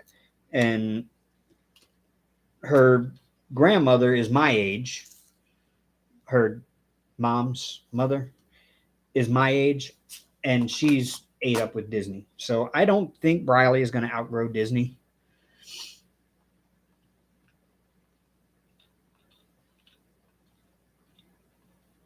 Fizzy, hello, welcome. I haven't seen you here before. How big is this painting? It is huge. It is 100 centimeters by 165 centimeters, which makes it 3 feet by 5.5 feet, and there are 100 colors. The company that supplies it, she was in here earlier. You missed it. It's Royal Diamond Painting. You cannot get this image from them any longer. I bought this in 2020. They have changed their kit suppliers since then, and they don't offer this image anymore. It is the giant image of the Disney castle. And again, it is 100 by 165, and it is in 100 colors. So I have 4 of these Harbor Freight containers of drills.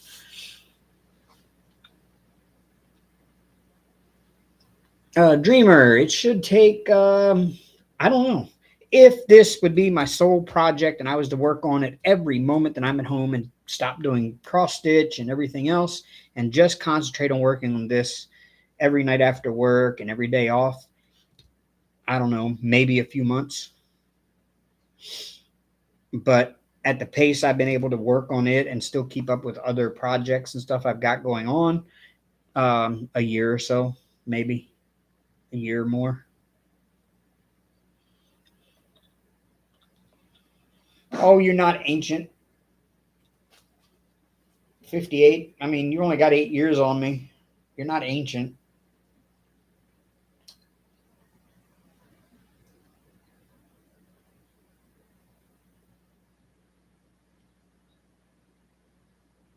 If you're ancient, then I'm antique.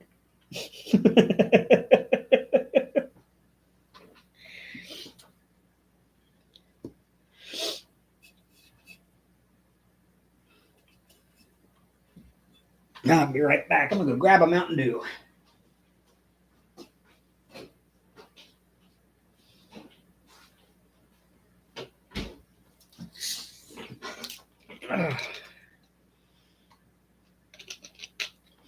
And I take kratom, y'all, so you have to excuse me. I'm going to take a dose of kratom.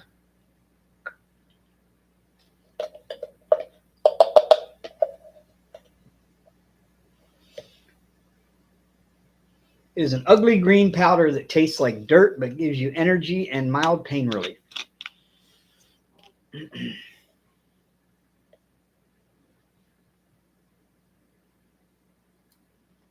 Oh, thyroid cancer. I mean, is it like terminal, or are you able to get it under control in remission? And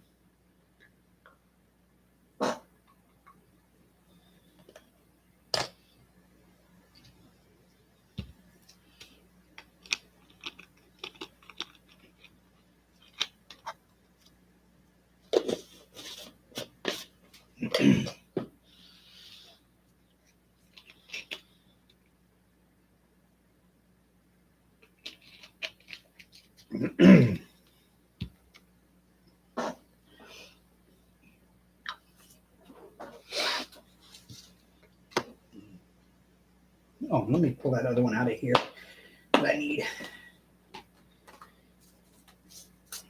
before I get all the way to the end and find that I'm missing that one color, and then I got to go all the way back to the first box and open it up. There.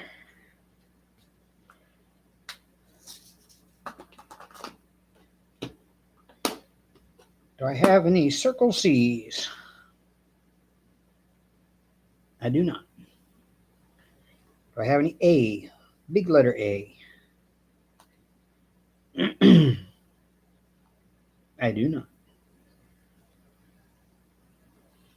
I don't have any of those. I don't have any of those. Don't have any of those. Those. None of those. Do I have a little H? I thought I saw a little H. Yes, I do. A single one. Oh, and I dropped a bunch of them.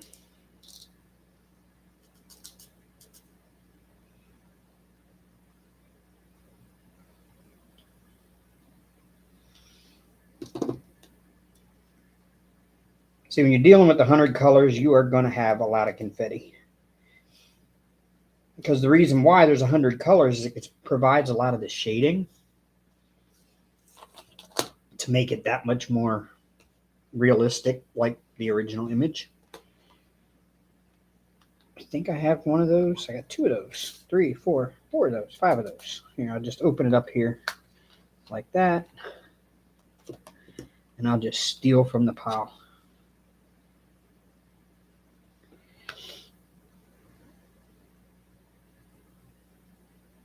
Also, Babes in Toyland. Um, I will help out another friend of mine here, Beth Minton. There, um, she has an Etsy shop called Whimsical Daisies. Whimsical Daisy? Is it Whimsical Daisy or Daisies? I can't remember. You're welcome to put your link in there, Beth. By the way, she makes this replacement for the little wax squares that come with your kits. It's called Not Your Mama's Mud. It is a much better alternative to the little wax circles and wax squares and heart-shaped waxes that these companies give out. It's her own formulation of stuff. It just kind of lasts a lot longer in your pen. It's easy to load up and it lasts forever, and it's scented. You can get all kinds of different scents. Daisies. Okay. So you're welcome to put your link in there, Beth, for your Etsy shop. That's who I recommend the most for your wax. See, most of the time your kits are going to come with this junk.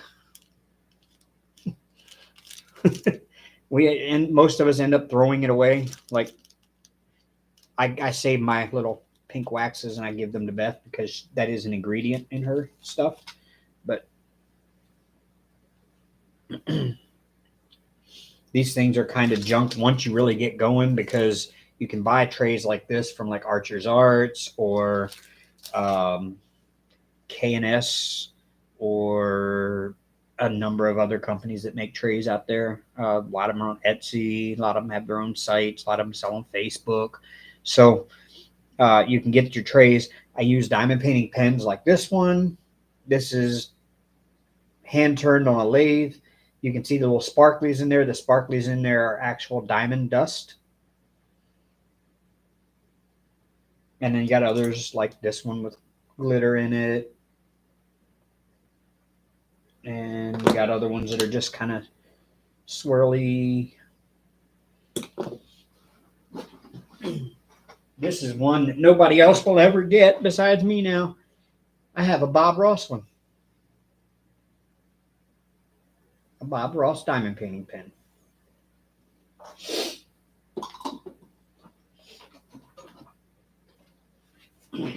And one of my favorites in my whole set is this one.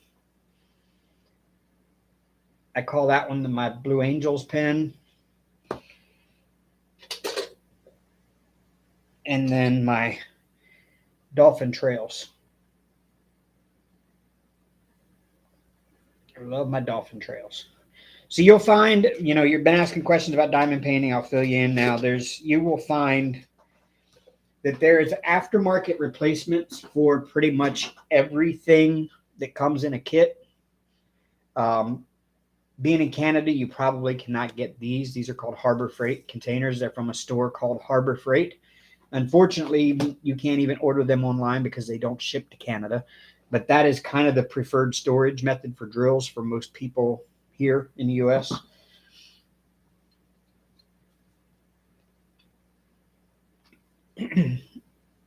Oh, I didn't even show you all of them. I've got a handful that big around that I can hold. I went on a spree ordering pens for a while.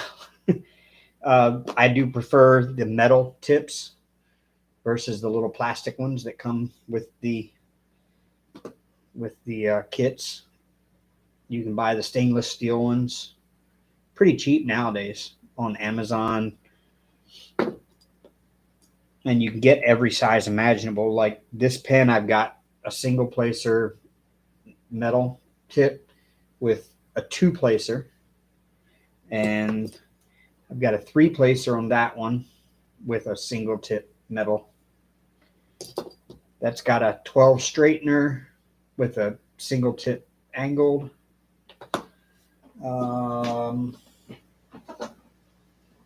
What else have I got over here?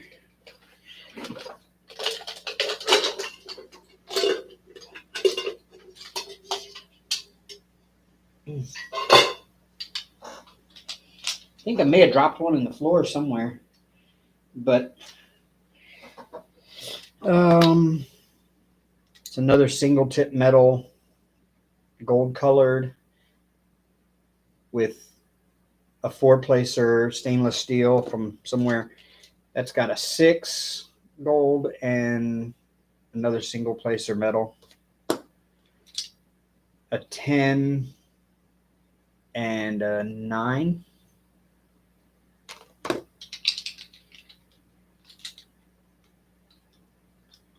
And this one's got a 7. Yeah, it's a 7 and an 8.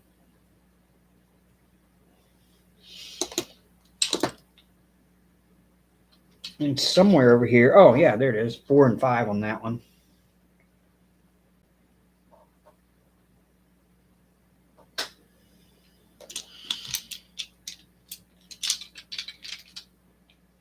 And I just keep them all in my little hillbilly homebrew tin mug, along with a little Diamond Dots wax pot. And my first ever diamond painting pen that I ever bought.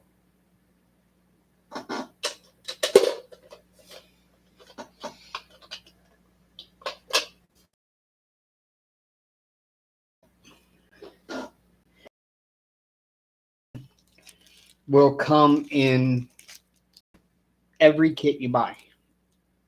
Diamond Art Club probably has one of the best little toolkits of all of them. But you'll get one of those in every kit you buy. You'll get a little toolkit with it'll usually have a little tray of some sort and a squishy, and it'll have like a little clear pen like that. It's just like a little plastic straw. It's harder than a plastic straw. It's got a little 1-placer. And a lot of times they'll include a multi-placer somewhere in the pack. This one does not. This one has the wax, the boat, some baggies. Then it's got your 1-placer pen on one end, and it's got a little 3-placer on the opposite end. It usually comes with a cheap little pair of tweezers. Again, your Chinese companies off AliExpress and Amazon will usually have cheap kits like that. Diamond Dots are a little better. Their wax is in a little container that snaps shut. A little squishy there. And they don't come with tweezers. But your other companies put out some pretty good tweezers like these. Or they'll put out round tip tweezers that are just better quality than some of the others. Good night, Cindy Lee.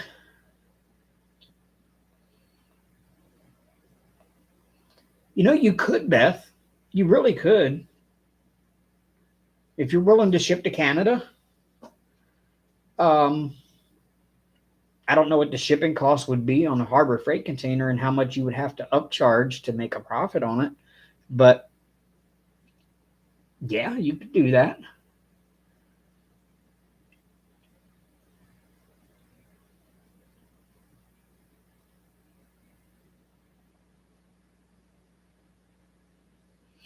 But isn't it Etsy that determines the shipping on that, or is that something you determine when you on Etsy? I don't know.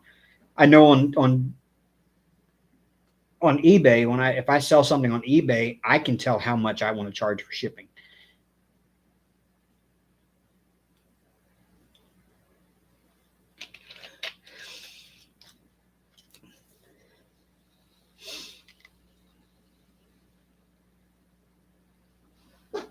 Oh, okay. Yeah, well, you have to find out. Yeah, you first of all have to find out. Yeah, like you said, if anyone's interested, which that would be a great outlet for people that live in Canada or overseas that would want Harbor Freights. That would be an awesome outlet for it.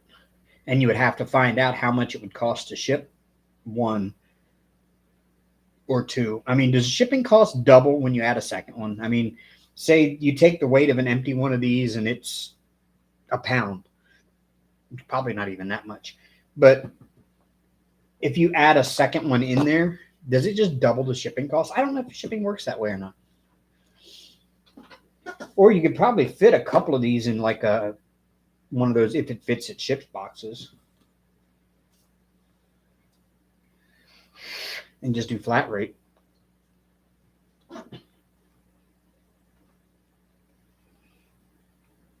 I know when Amber and I sent, well, we sent a big ass box to Sherry up in Canada.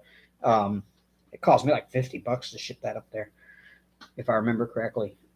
We sent her like a figurine. It was about that big. It was like that wide. It was a squirrel flipping you off. We found it in a truck stop. It was like that fake ceramic that was like harder. It's almost like a resin, but it's fake ceramic.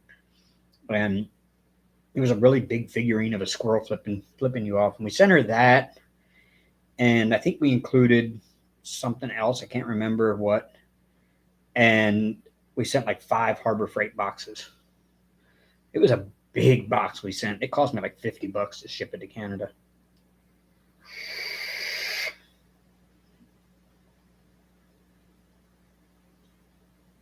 That was back when I had money.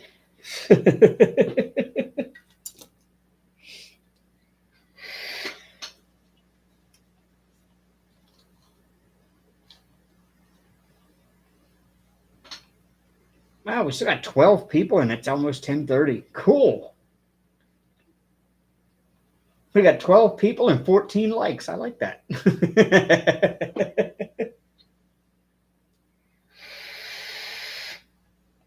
Why do I still have it on top chat? I got to remember that. Does somebody want to remind me when I start my live to switch my little chat over to live chat instead of top chat? Somebody want that job, please?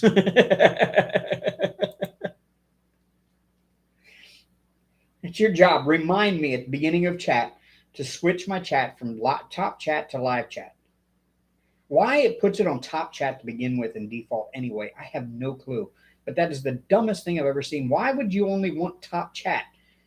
I want to see what everybody's saying in live real time. I don't want to see, like, what happens if somebody said something like an hour ago that's considered top chat? How do you determine what top chat is?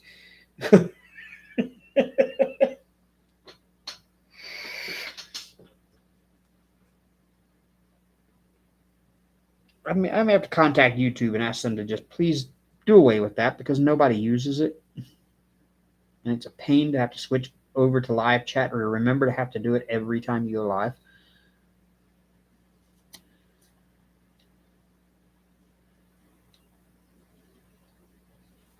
All right, next question is who would tune in to watch me play baseball live on YouTube on the Xbox or on Twitch?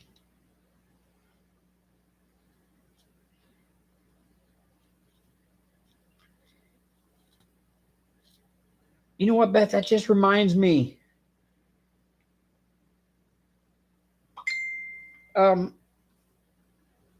MLB The Show 23 is coming out soon in April, and I'm going to buy it. But you know what that means? That means that the players I created, my created players, the one I took all that time creating with Hank's name and making him look like a cat, I have to recreate him for the new one because you can't carry your old characters over from a previous version to the new version. All the work I put into them.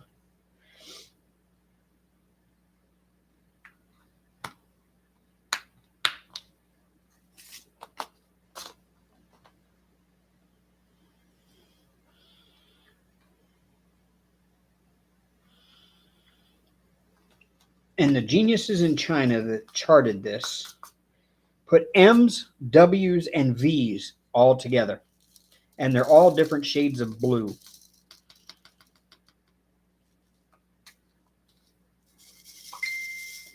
Ba-ding, ba-ding, ba-ding, ba-ding, ba-ding. I'm getting ba-dinged over here.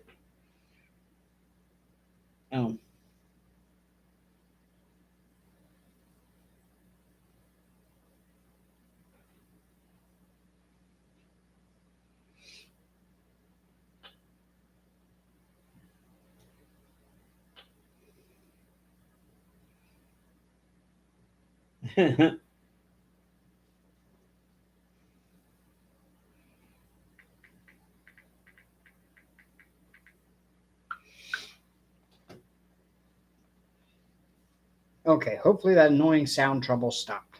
Okay, so yeah, the answer to your question about, do you have to buy one of these tools separately? No, you do not. Everything comes with a toolkit with the basic tools you would need to work on the kit.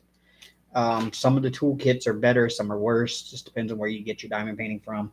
Your more expensive diamond paintings like Diamond Art Club, Craftably, Treasure Studios Art, um, and those will have better toolkits. Um, your cheap Chinese ones uh, from China, with the exception of like Huacan and Evermoment, will usually have cheapy toolkits that most people just throw away because most of us have gone out and purchased at least one diamond painting pen, at least one decent tray, and so we don't need those toolkits anymore. So yeah, it's not required to go out and buy your own. They come with the kits, the cheapy sets do, and there's a good to work uh, a kit up with, but you can always go out and buy secondhand things. The biggest thing you want to look into is your drill storage for kitting it up. Unless you want to work out of baggies, and not every kit comes with baggies. Like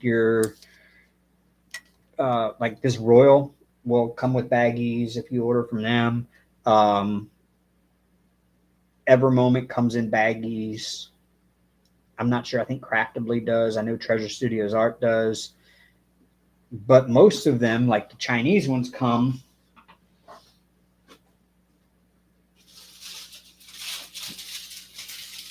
in strings of these. And you have to cut each one off individually, cut the end off of it, dump it into a storage container. There's about 200 drills in each one of those little things. And they're really a pain in the butt to work out of. So you don't want to work out of this. You want to have some sort of a storage thing that when you kit your kit up, you can put get a Xyron sticker maker and make your own little stickers out of the inventory sheets that come with it and stick them on there. Make sure you get the ones that are, removable or replaceable or whatever, so that when you peel them off, they won't be stuck there permanently. And make your own little stickers when you're kitting up, or get little tags that you like, little blank stickers you can stick on there and write the UPC or the DMC code on or whatever.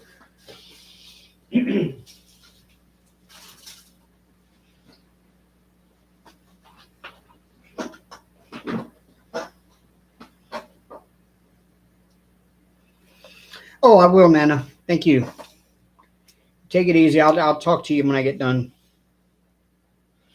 It isn't going to be long. We're at 10:24 already.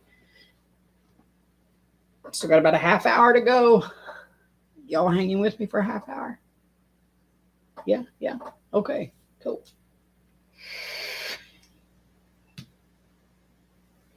Yeah, go check out their site, Babes in Toyland. They have some really good diamond paintings. I'm going to say, they're the most popular diamond painting company by far. Um, they're always releasing new images. All of their art is licensed, and they hand chart all of their paintings. So they don't just run it through a computer system that generates basically a cross stitch pattern like this one does. They go in and they hand chart it so that when you get done, you have a more representative image of what the original was. And they include a lot of special drills like ABs and that sort of thing. So, and they're phenomenal paintings. It's just I haven't found much on there that I myself personally am drawn to recently. So I just haven't ordered a lot from there. But I was a Diamond member at one time with I don't know how many $1,000 worth of purchases.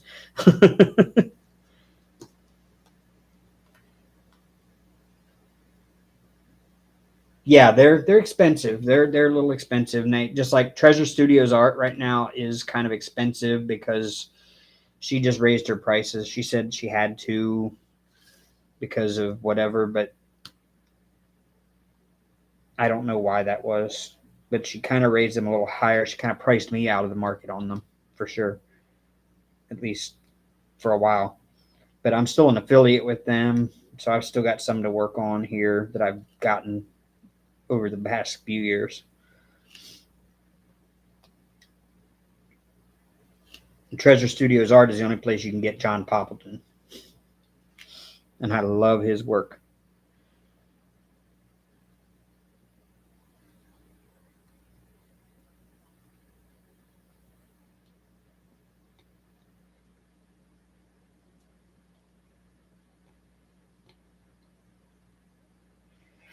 I mean, if you want a good idea of where to start for stuff, yeah, too many thousands, yeah.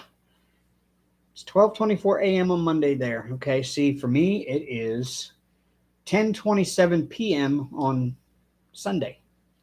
So, but yeah, if you want to know a good place to start and you want to see some examples of places to get things that aren't as expensive, you can go back into my videos on here. They go all the way back to 2019. Lots of unboxings. Every video that I unbox something in, I put the link to that product in the description.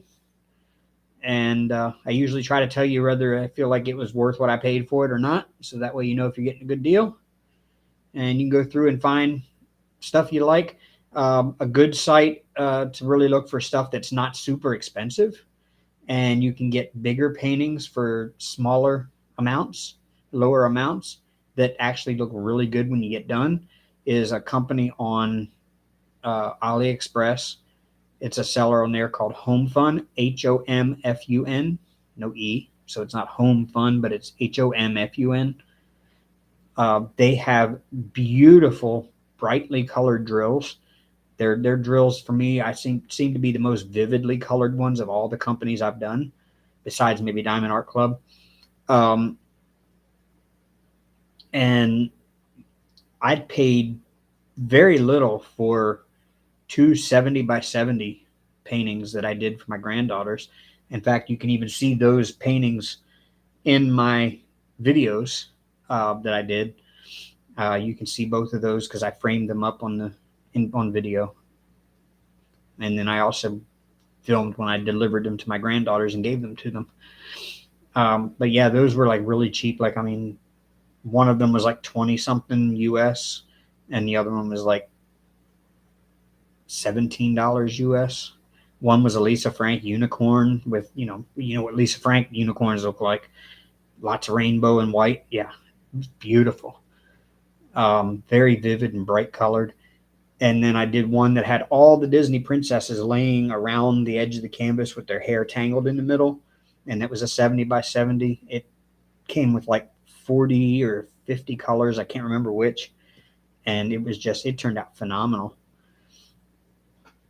So you can get decent paintings from AliExpress, which is, like I said, China's Amazon. You're ordering it directly from China, so shipping takes a while to get here, like 2-3 weeks sometimes even longer. I've seen it take a month and a half. But you can get decent images from there for cheap. And you can get bigger sizes for cheap.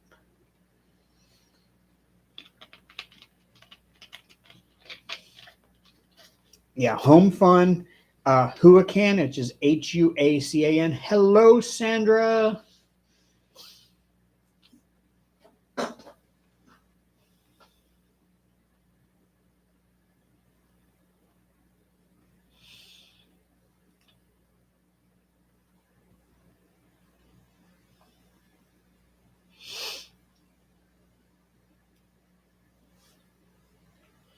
So yeah, if you want a good place to start, at least if you're starting in diamond painting, go back and look through some of my older videos from 2 years ago, 3 years ago, and you'll see lots of unboxings of different sorts and types and all over the place. In fact, I even unboxed this one when I got it. That was in 2020.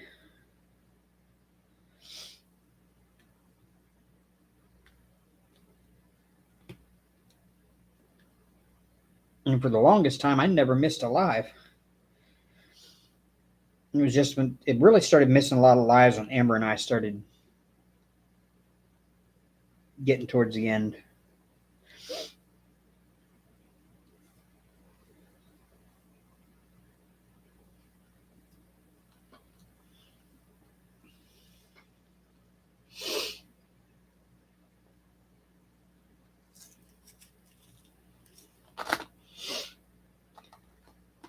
How are you tonight, Sandra?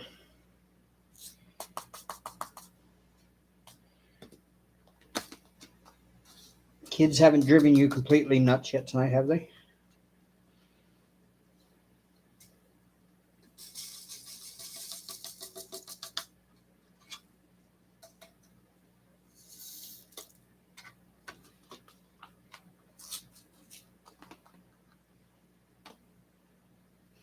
Yes, Evermoment is great. They're a little bit pricier for AliExpress paintings, but they are very good quality. And Zoe, the woman who is their customer service rep that does all of their advertising and stuff and talks to everybody, is amazing. She will, if you have problems, she will definitely help you with it. And Evermoment does amazing customs. So you can send them your pictures and they will recommend what sizes to get, and they'll show you a preview of what it will look like before you order. And all of theirs come in a tube with a little purple bow around it. And they have a really good toolkit inside, and they always send way more drills than you'll ever need to finish the painting.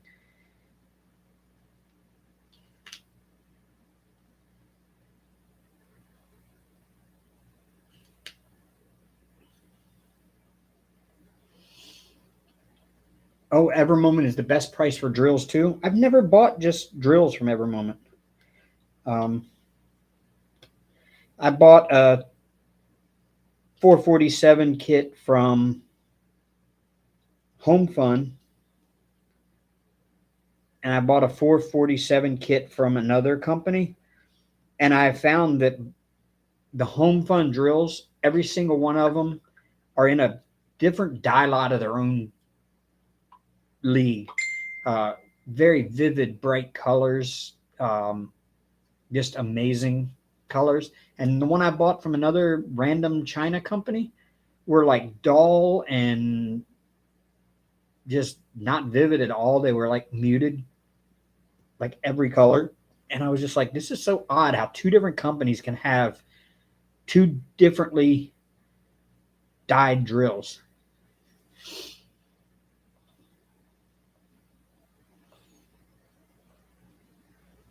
Oh, so you ordered the custom and you're going to do it as a cross stitch pattern? That's neat.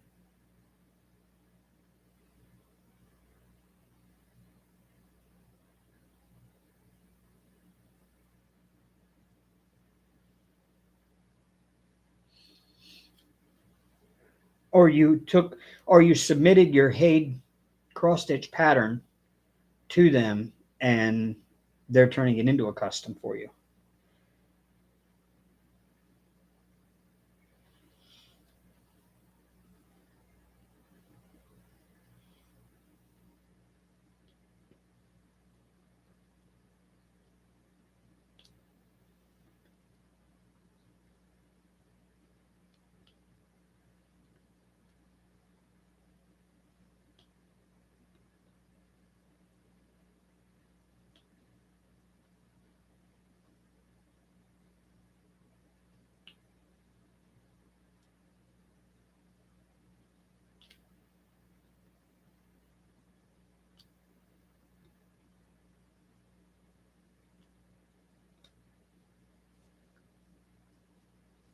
Oh, okay, I got you. I got you.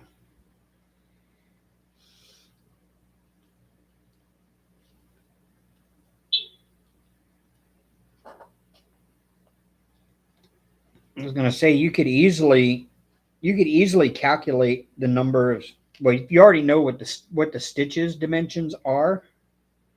Um, like if you've got 100 stitches and you wanted to do a square diamond painting, you would just multiply 100 times 0.25, and that would tell you how many centimeters wide to get your blank canvas. And then you can do the same thing for rounds is 0.28.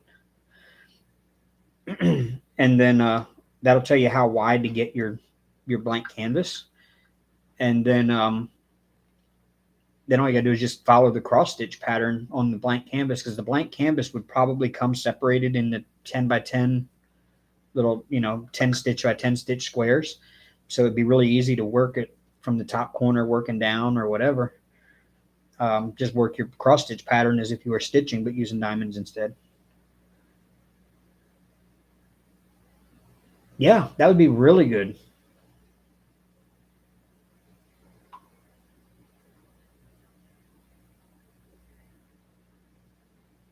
My dad died on December 30th, 2013, and I was thinking it would be cool to have a diamond painting of him for my mom. Yeah, I love that idea. Oh, see, I just multiply my number of stitches, length and width, by whatever. If I want to do a square, it's 0.25, around is 0.28. Multiply it by that, and it tells you your dimensions left and right in centimeters. And that's how big you want your blank canvas to be. And then I just work the canvas like I would a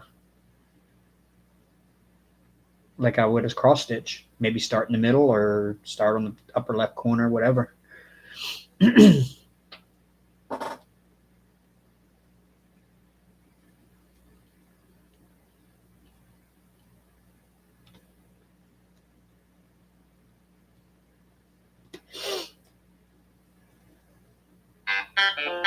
Yeah, I haven't priced out buying drills in bulk on AliExpress at all.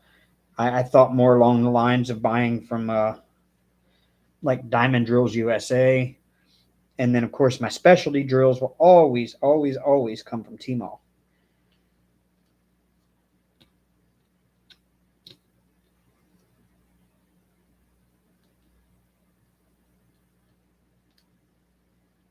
Not only are you supporting a small business with Tmall, but you're supporting just an extra nice person.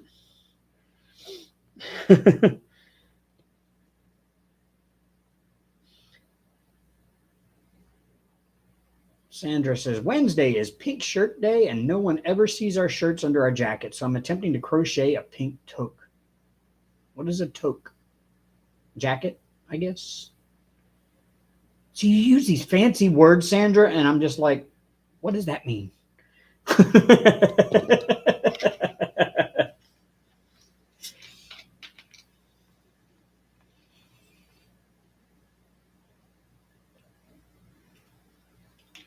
Oh, it's a hat. Okay. Thank you.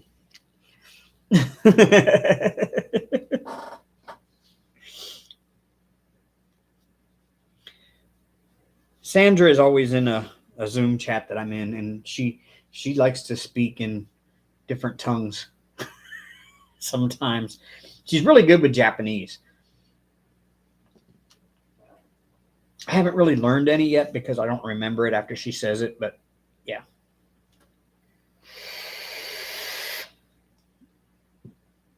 But that's because Sandra is Japanese, so it kind of makes sense that she would know Japanese, huh?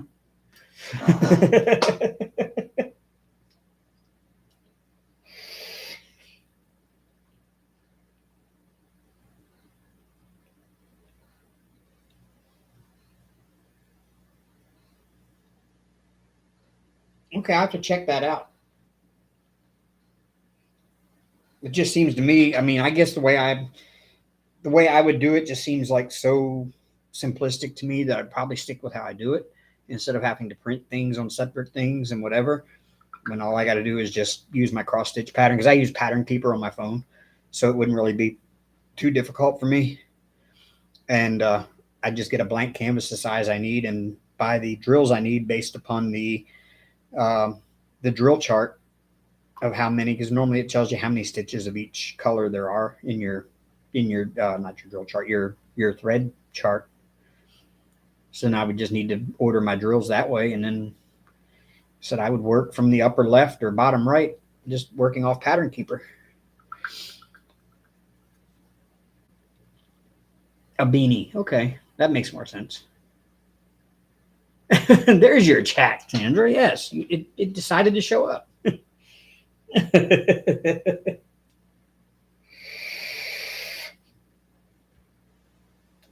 I'm surprised I've still got this many people in here this late. Y'all ain't leaving me tonight. That's awesome. Here lately, it's been dwindling. After like 10 o'clock, it dwindles down to like, I think last week, I think it was like 8 people. The last live I did. But I will admit, the last live, I was not very interactive at all with chat because I had my back to the TV. I sit here at my desk, okay? My desk sits here, and y'all are on my 65-inch TV right here in front of me. So there I am. Hi. Um, so yeah, y'all are on my 65-inch TV in front of me. So I was painting right behind me. I had my easel set up right behind me here. I had my chair moved out of the way, and I was painting the Bob Ross painting there. And I had my back to the camera pretty much the whole thing. So I wasn't being very interactive with chat. And so I don't think I garnered a lot of viewers, just my diehards that stayed here with me for the whole time. And so I only ended up with like between 10 and 11, I had like 8 people.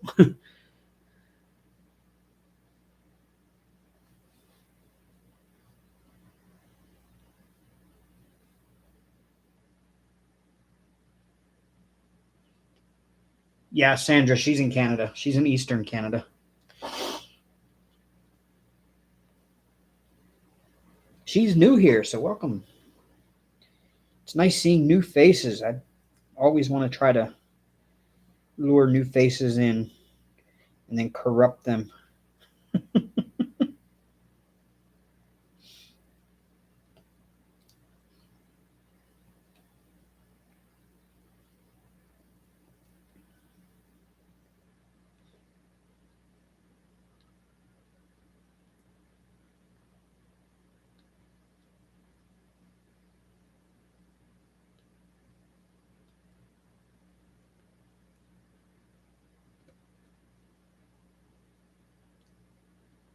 There's a siren going off out here. Somebody going to the hospital or going to jail, one or the other.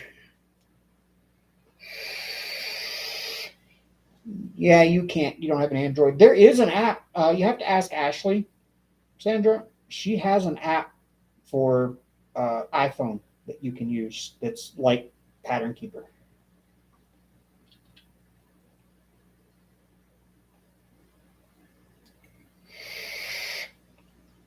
Tell them you use a colored Sharpie on your laptop screen, and then you wipe it off with alcohol when you're done.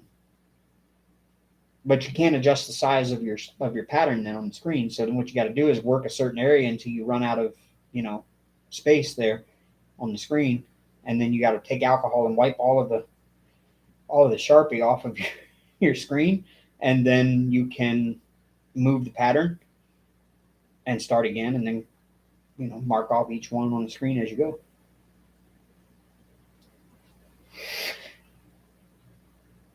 But like I said, talk to Ashley when she comes into Zoom and ask her about uh, the app she has for iPhone. I think it was Ashley that found it.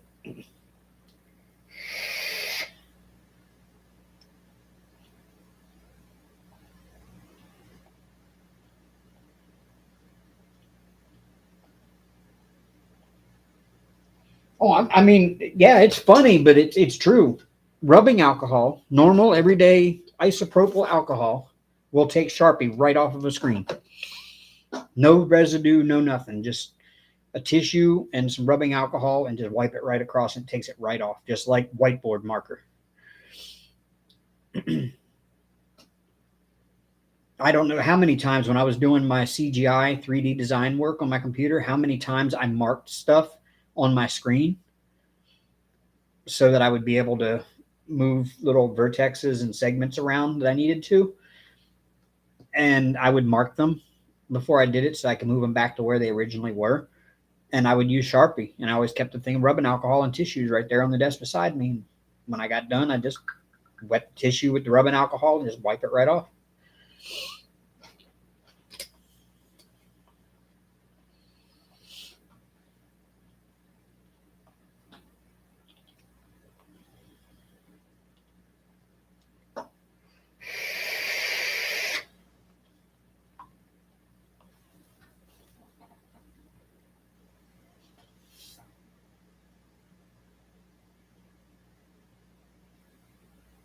Oh man, that sucks for Emmy. She's been without power all day. Apple iPad Pro. I have never yet joined the Apple cult. Sorry, y'all, but I have not joined the Apple cult. I'm still Samsung all the way. I love my Samsung phones because I enjoy getting the newest features a year earlier. This is my Samsung with an OtterBox. But the only thing that iPhone has over Samsung is their camera. iPhone has a better camera, but most of the stuff that people like about the iPhone camera is stuff that I don't use anyway, like the filters and stuff like that. I very seldom ever take a picture with a filter because I just want to make sure people see how ugly I am before they like decide to get to know me and they go, "You look different in pictures." No, yeah, well, I don't like doing filters.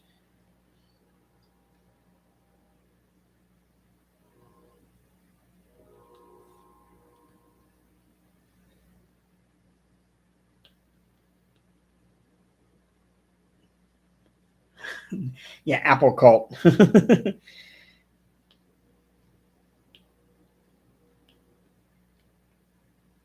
mean, people that get iPhones normally, that's all they'll ever get is iPhones. I mean, you could say that, Samsung people are a cult of their own too, because they'll religiously buy nothing but Samsung products when it comes to tablets or phones. Um, and Samsung even makes just,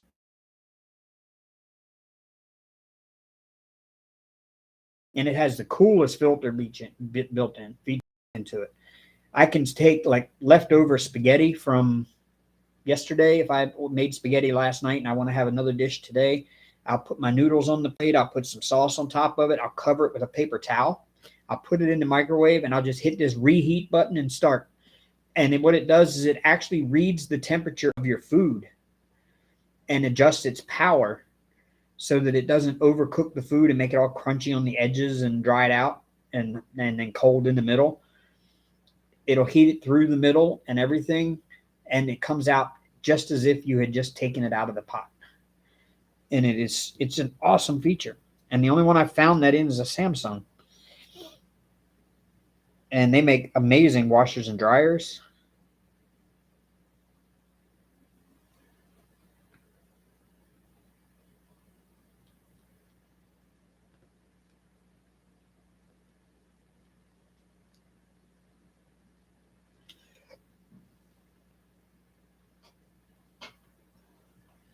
Where's everybody getting these $40 Android tablets?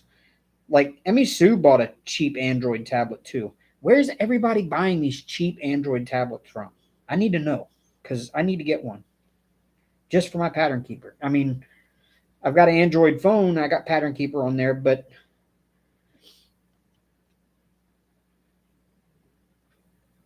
it'd be nice to have a bigger screen.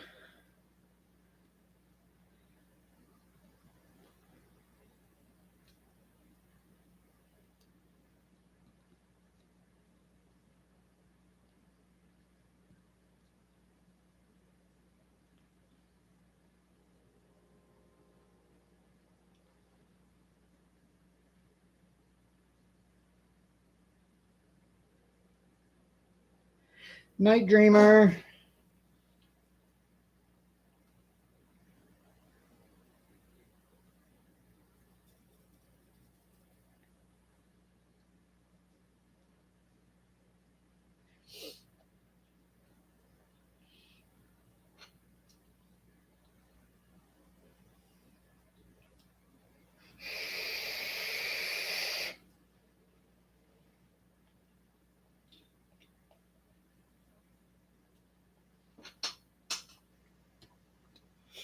I guess I stuck to Android because to me, using Android is so intuitive for me because it's laid out just like Windows. So I can use an Android just like I'm using a Windows computer, pretty much.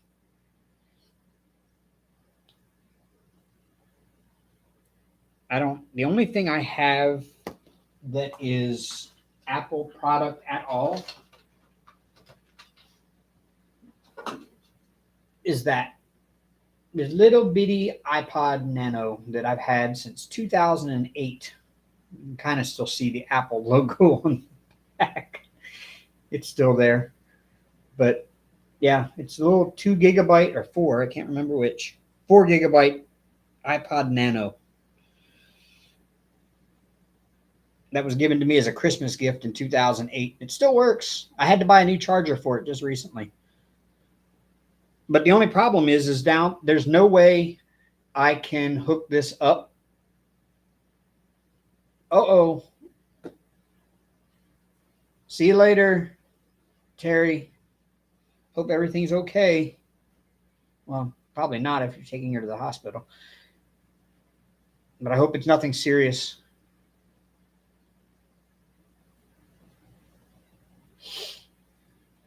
See, now, Denise, I was told, because I do a lot of graphic design and CGI design work, and a buddy of mine who's a graphic designer, he does more website stuff, but he was telling me I should get a Mac just to do my design work on. And I hear that most designers prefer Mac.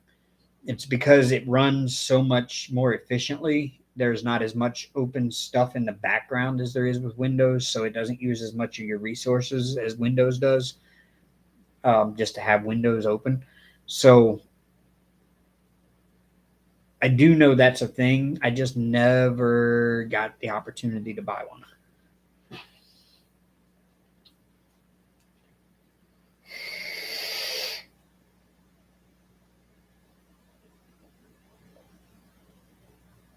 But see, I can't even hook this little iPod up to the computer anymore to get music on it, because the version of iTunes that this thing is capable of talking to won't you can't get anymore,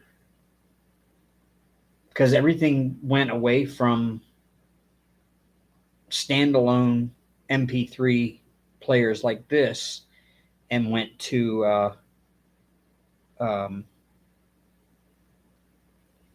it moved into like the newer iPods were like smartphones, but all they were for was listening to music and watching videos on. And you can do some app. They were like little mini tablets, basically. You can do everything but talk on the phone on them. And so it all became web based, where you just had the Apple, went to the App Store to get all your stuff. So it got rid of the iTunes, where you had to use iTunes to interface with your device. At least I think that's how it went. I don't know. I don't even know if my Apple ID works anymore, to be honest with you. Probably still does, but the email that's associated with it, I don't have and have not had for years. So if I tried to log in and it wanted to do a verification, I wouldn't even be able to do that because I don't have access to that email. And if I create a new Apple ID, my music would not be stored.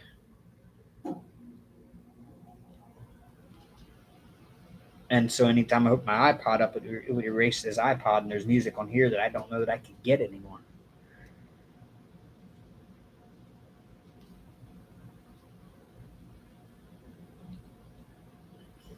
Well, I could, but I have to find those albums if I still have them, and have to rip the CDs onto my computer and then put them into iTunes.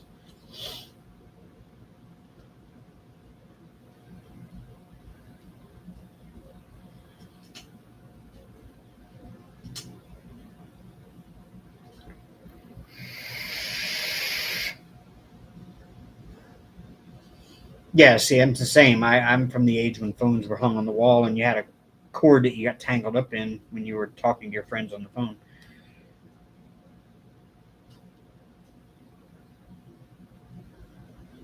In fact, I still remember rotary phones. When I was young, we had rotary phones still. You didn't have push button phones.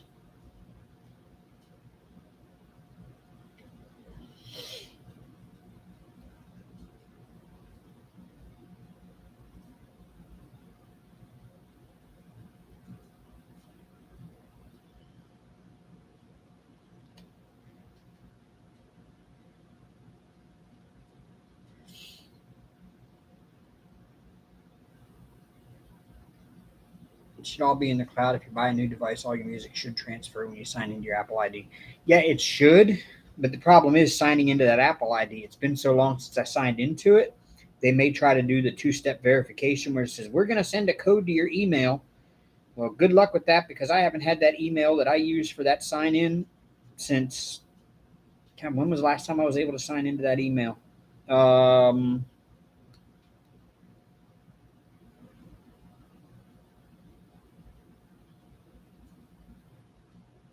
2015.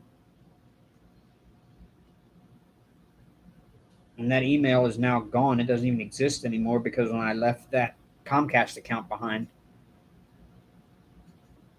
when I closed that Comcast account, that email went bye-bye.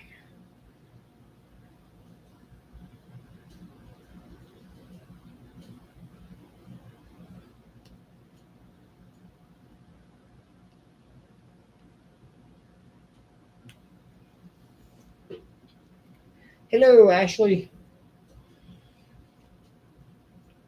Yeah, like I said, I mean, most of the music that I have on here, I downloaded off of like LimeWire or some other, file sharing thing. So I still have a copy of all of that music on my computer. Like I did make a backup copy of my iPod music folder on my computer. So I still have that backed up copy. So I could put it all back on there with a new Apple ID and a new iTunes account. If does iTunes still exist? Or is it Apple Music Store now or something? Like, would I be able to plug this iPod into my Windows computer and then have an app that or a program that I could open and interface my iPod to my Windows computer? Okay. Okay. So as long as that still exists, I'm good. Hopefully, it would still recognize this old ancient device that they no longer support. Maybe I should just get off my ass and go buy a new iPod.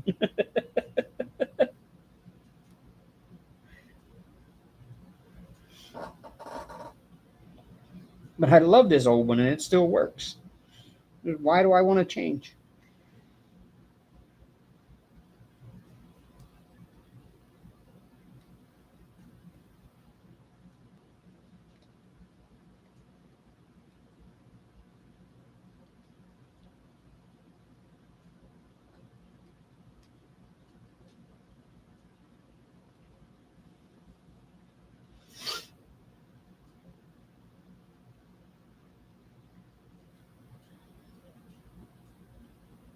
Does it even hold a charge? I wonder. It's got a little switch on it somewhere. No, maybe it doesn't. I thought it had a little switch. Oh, yeah, it does, right there.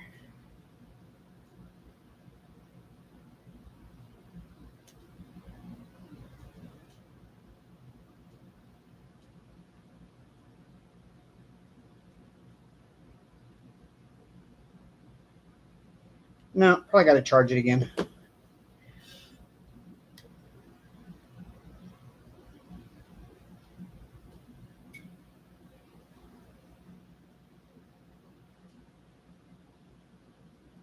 I just happened to find it in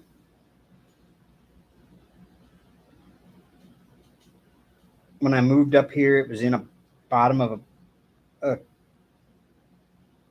a tote or something that I had when we moved down here to Alabama, and I put it somewhere. I had it somewhere, and Amber, when she moved out, accidentally took it, and she told me, "Hey, I've still got your. I just found your little iPod," and I was like, "Oh no, I want that back."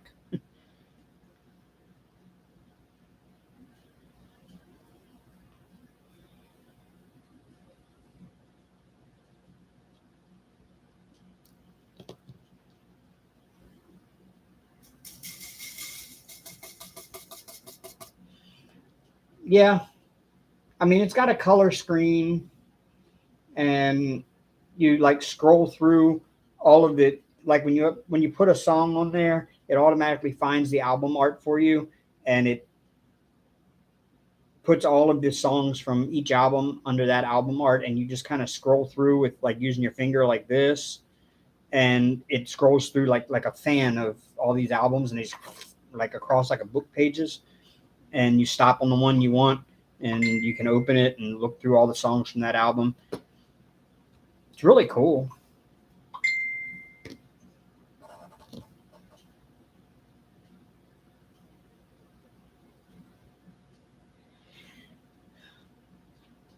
All right, y'all. Guess what?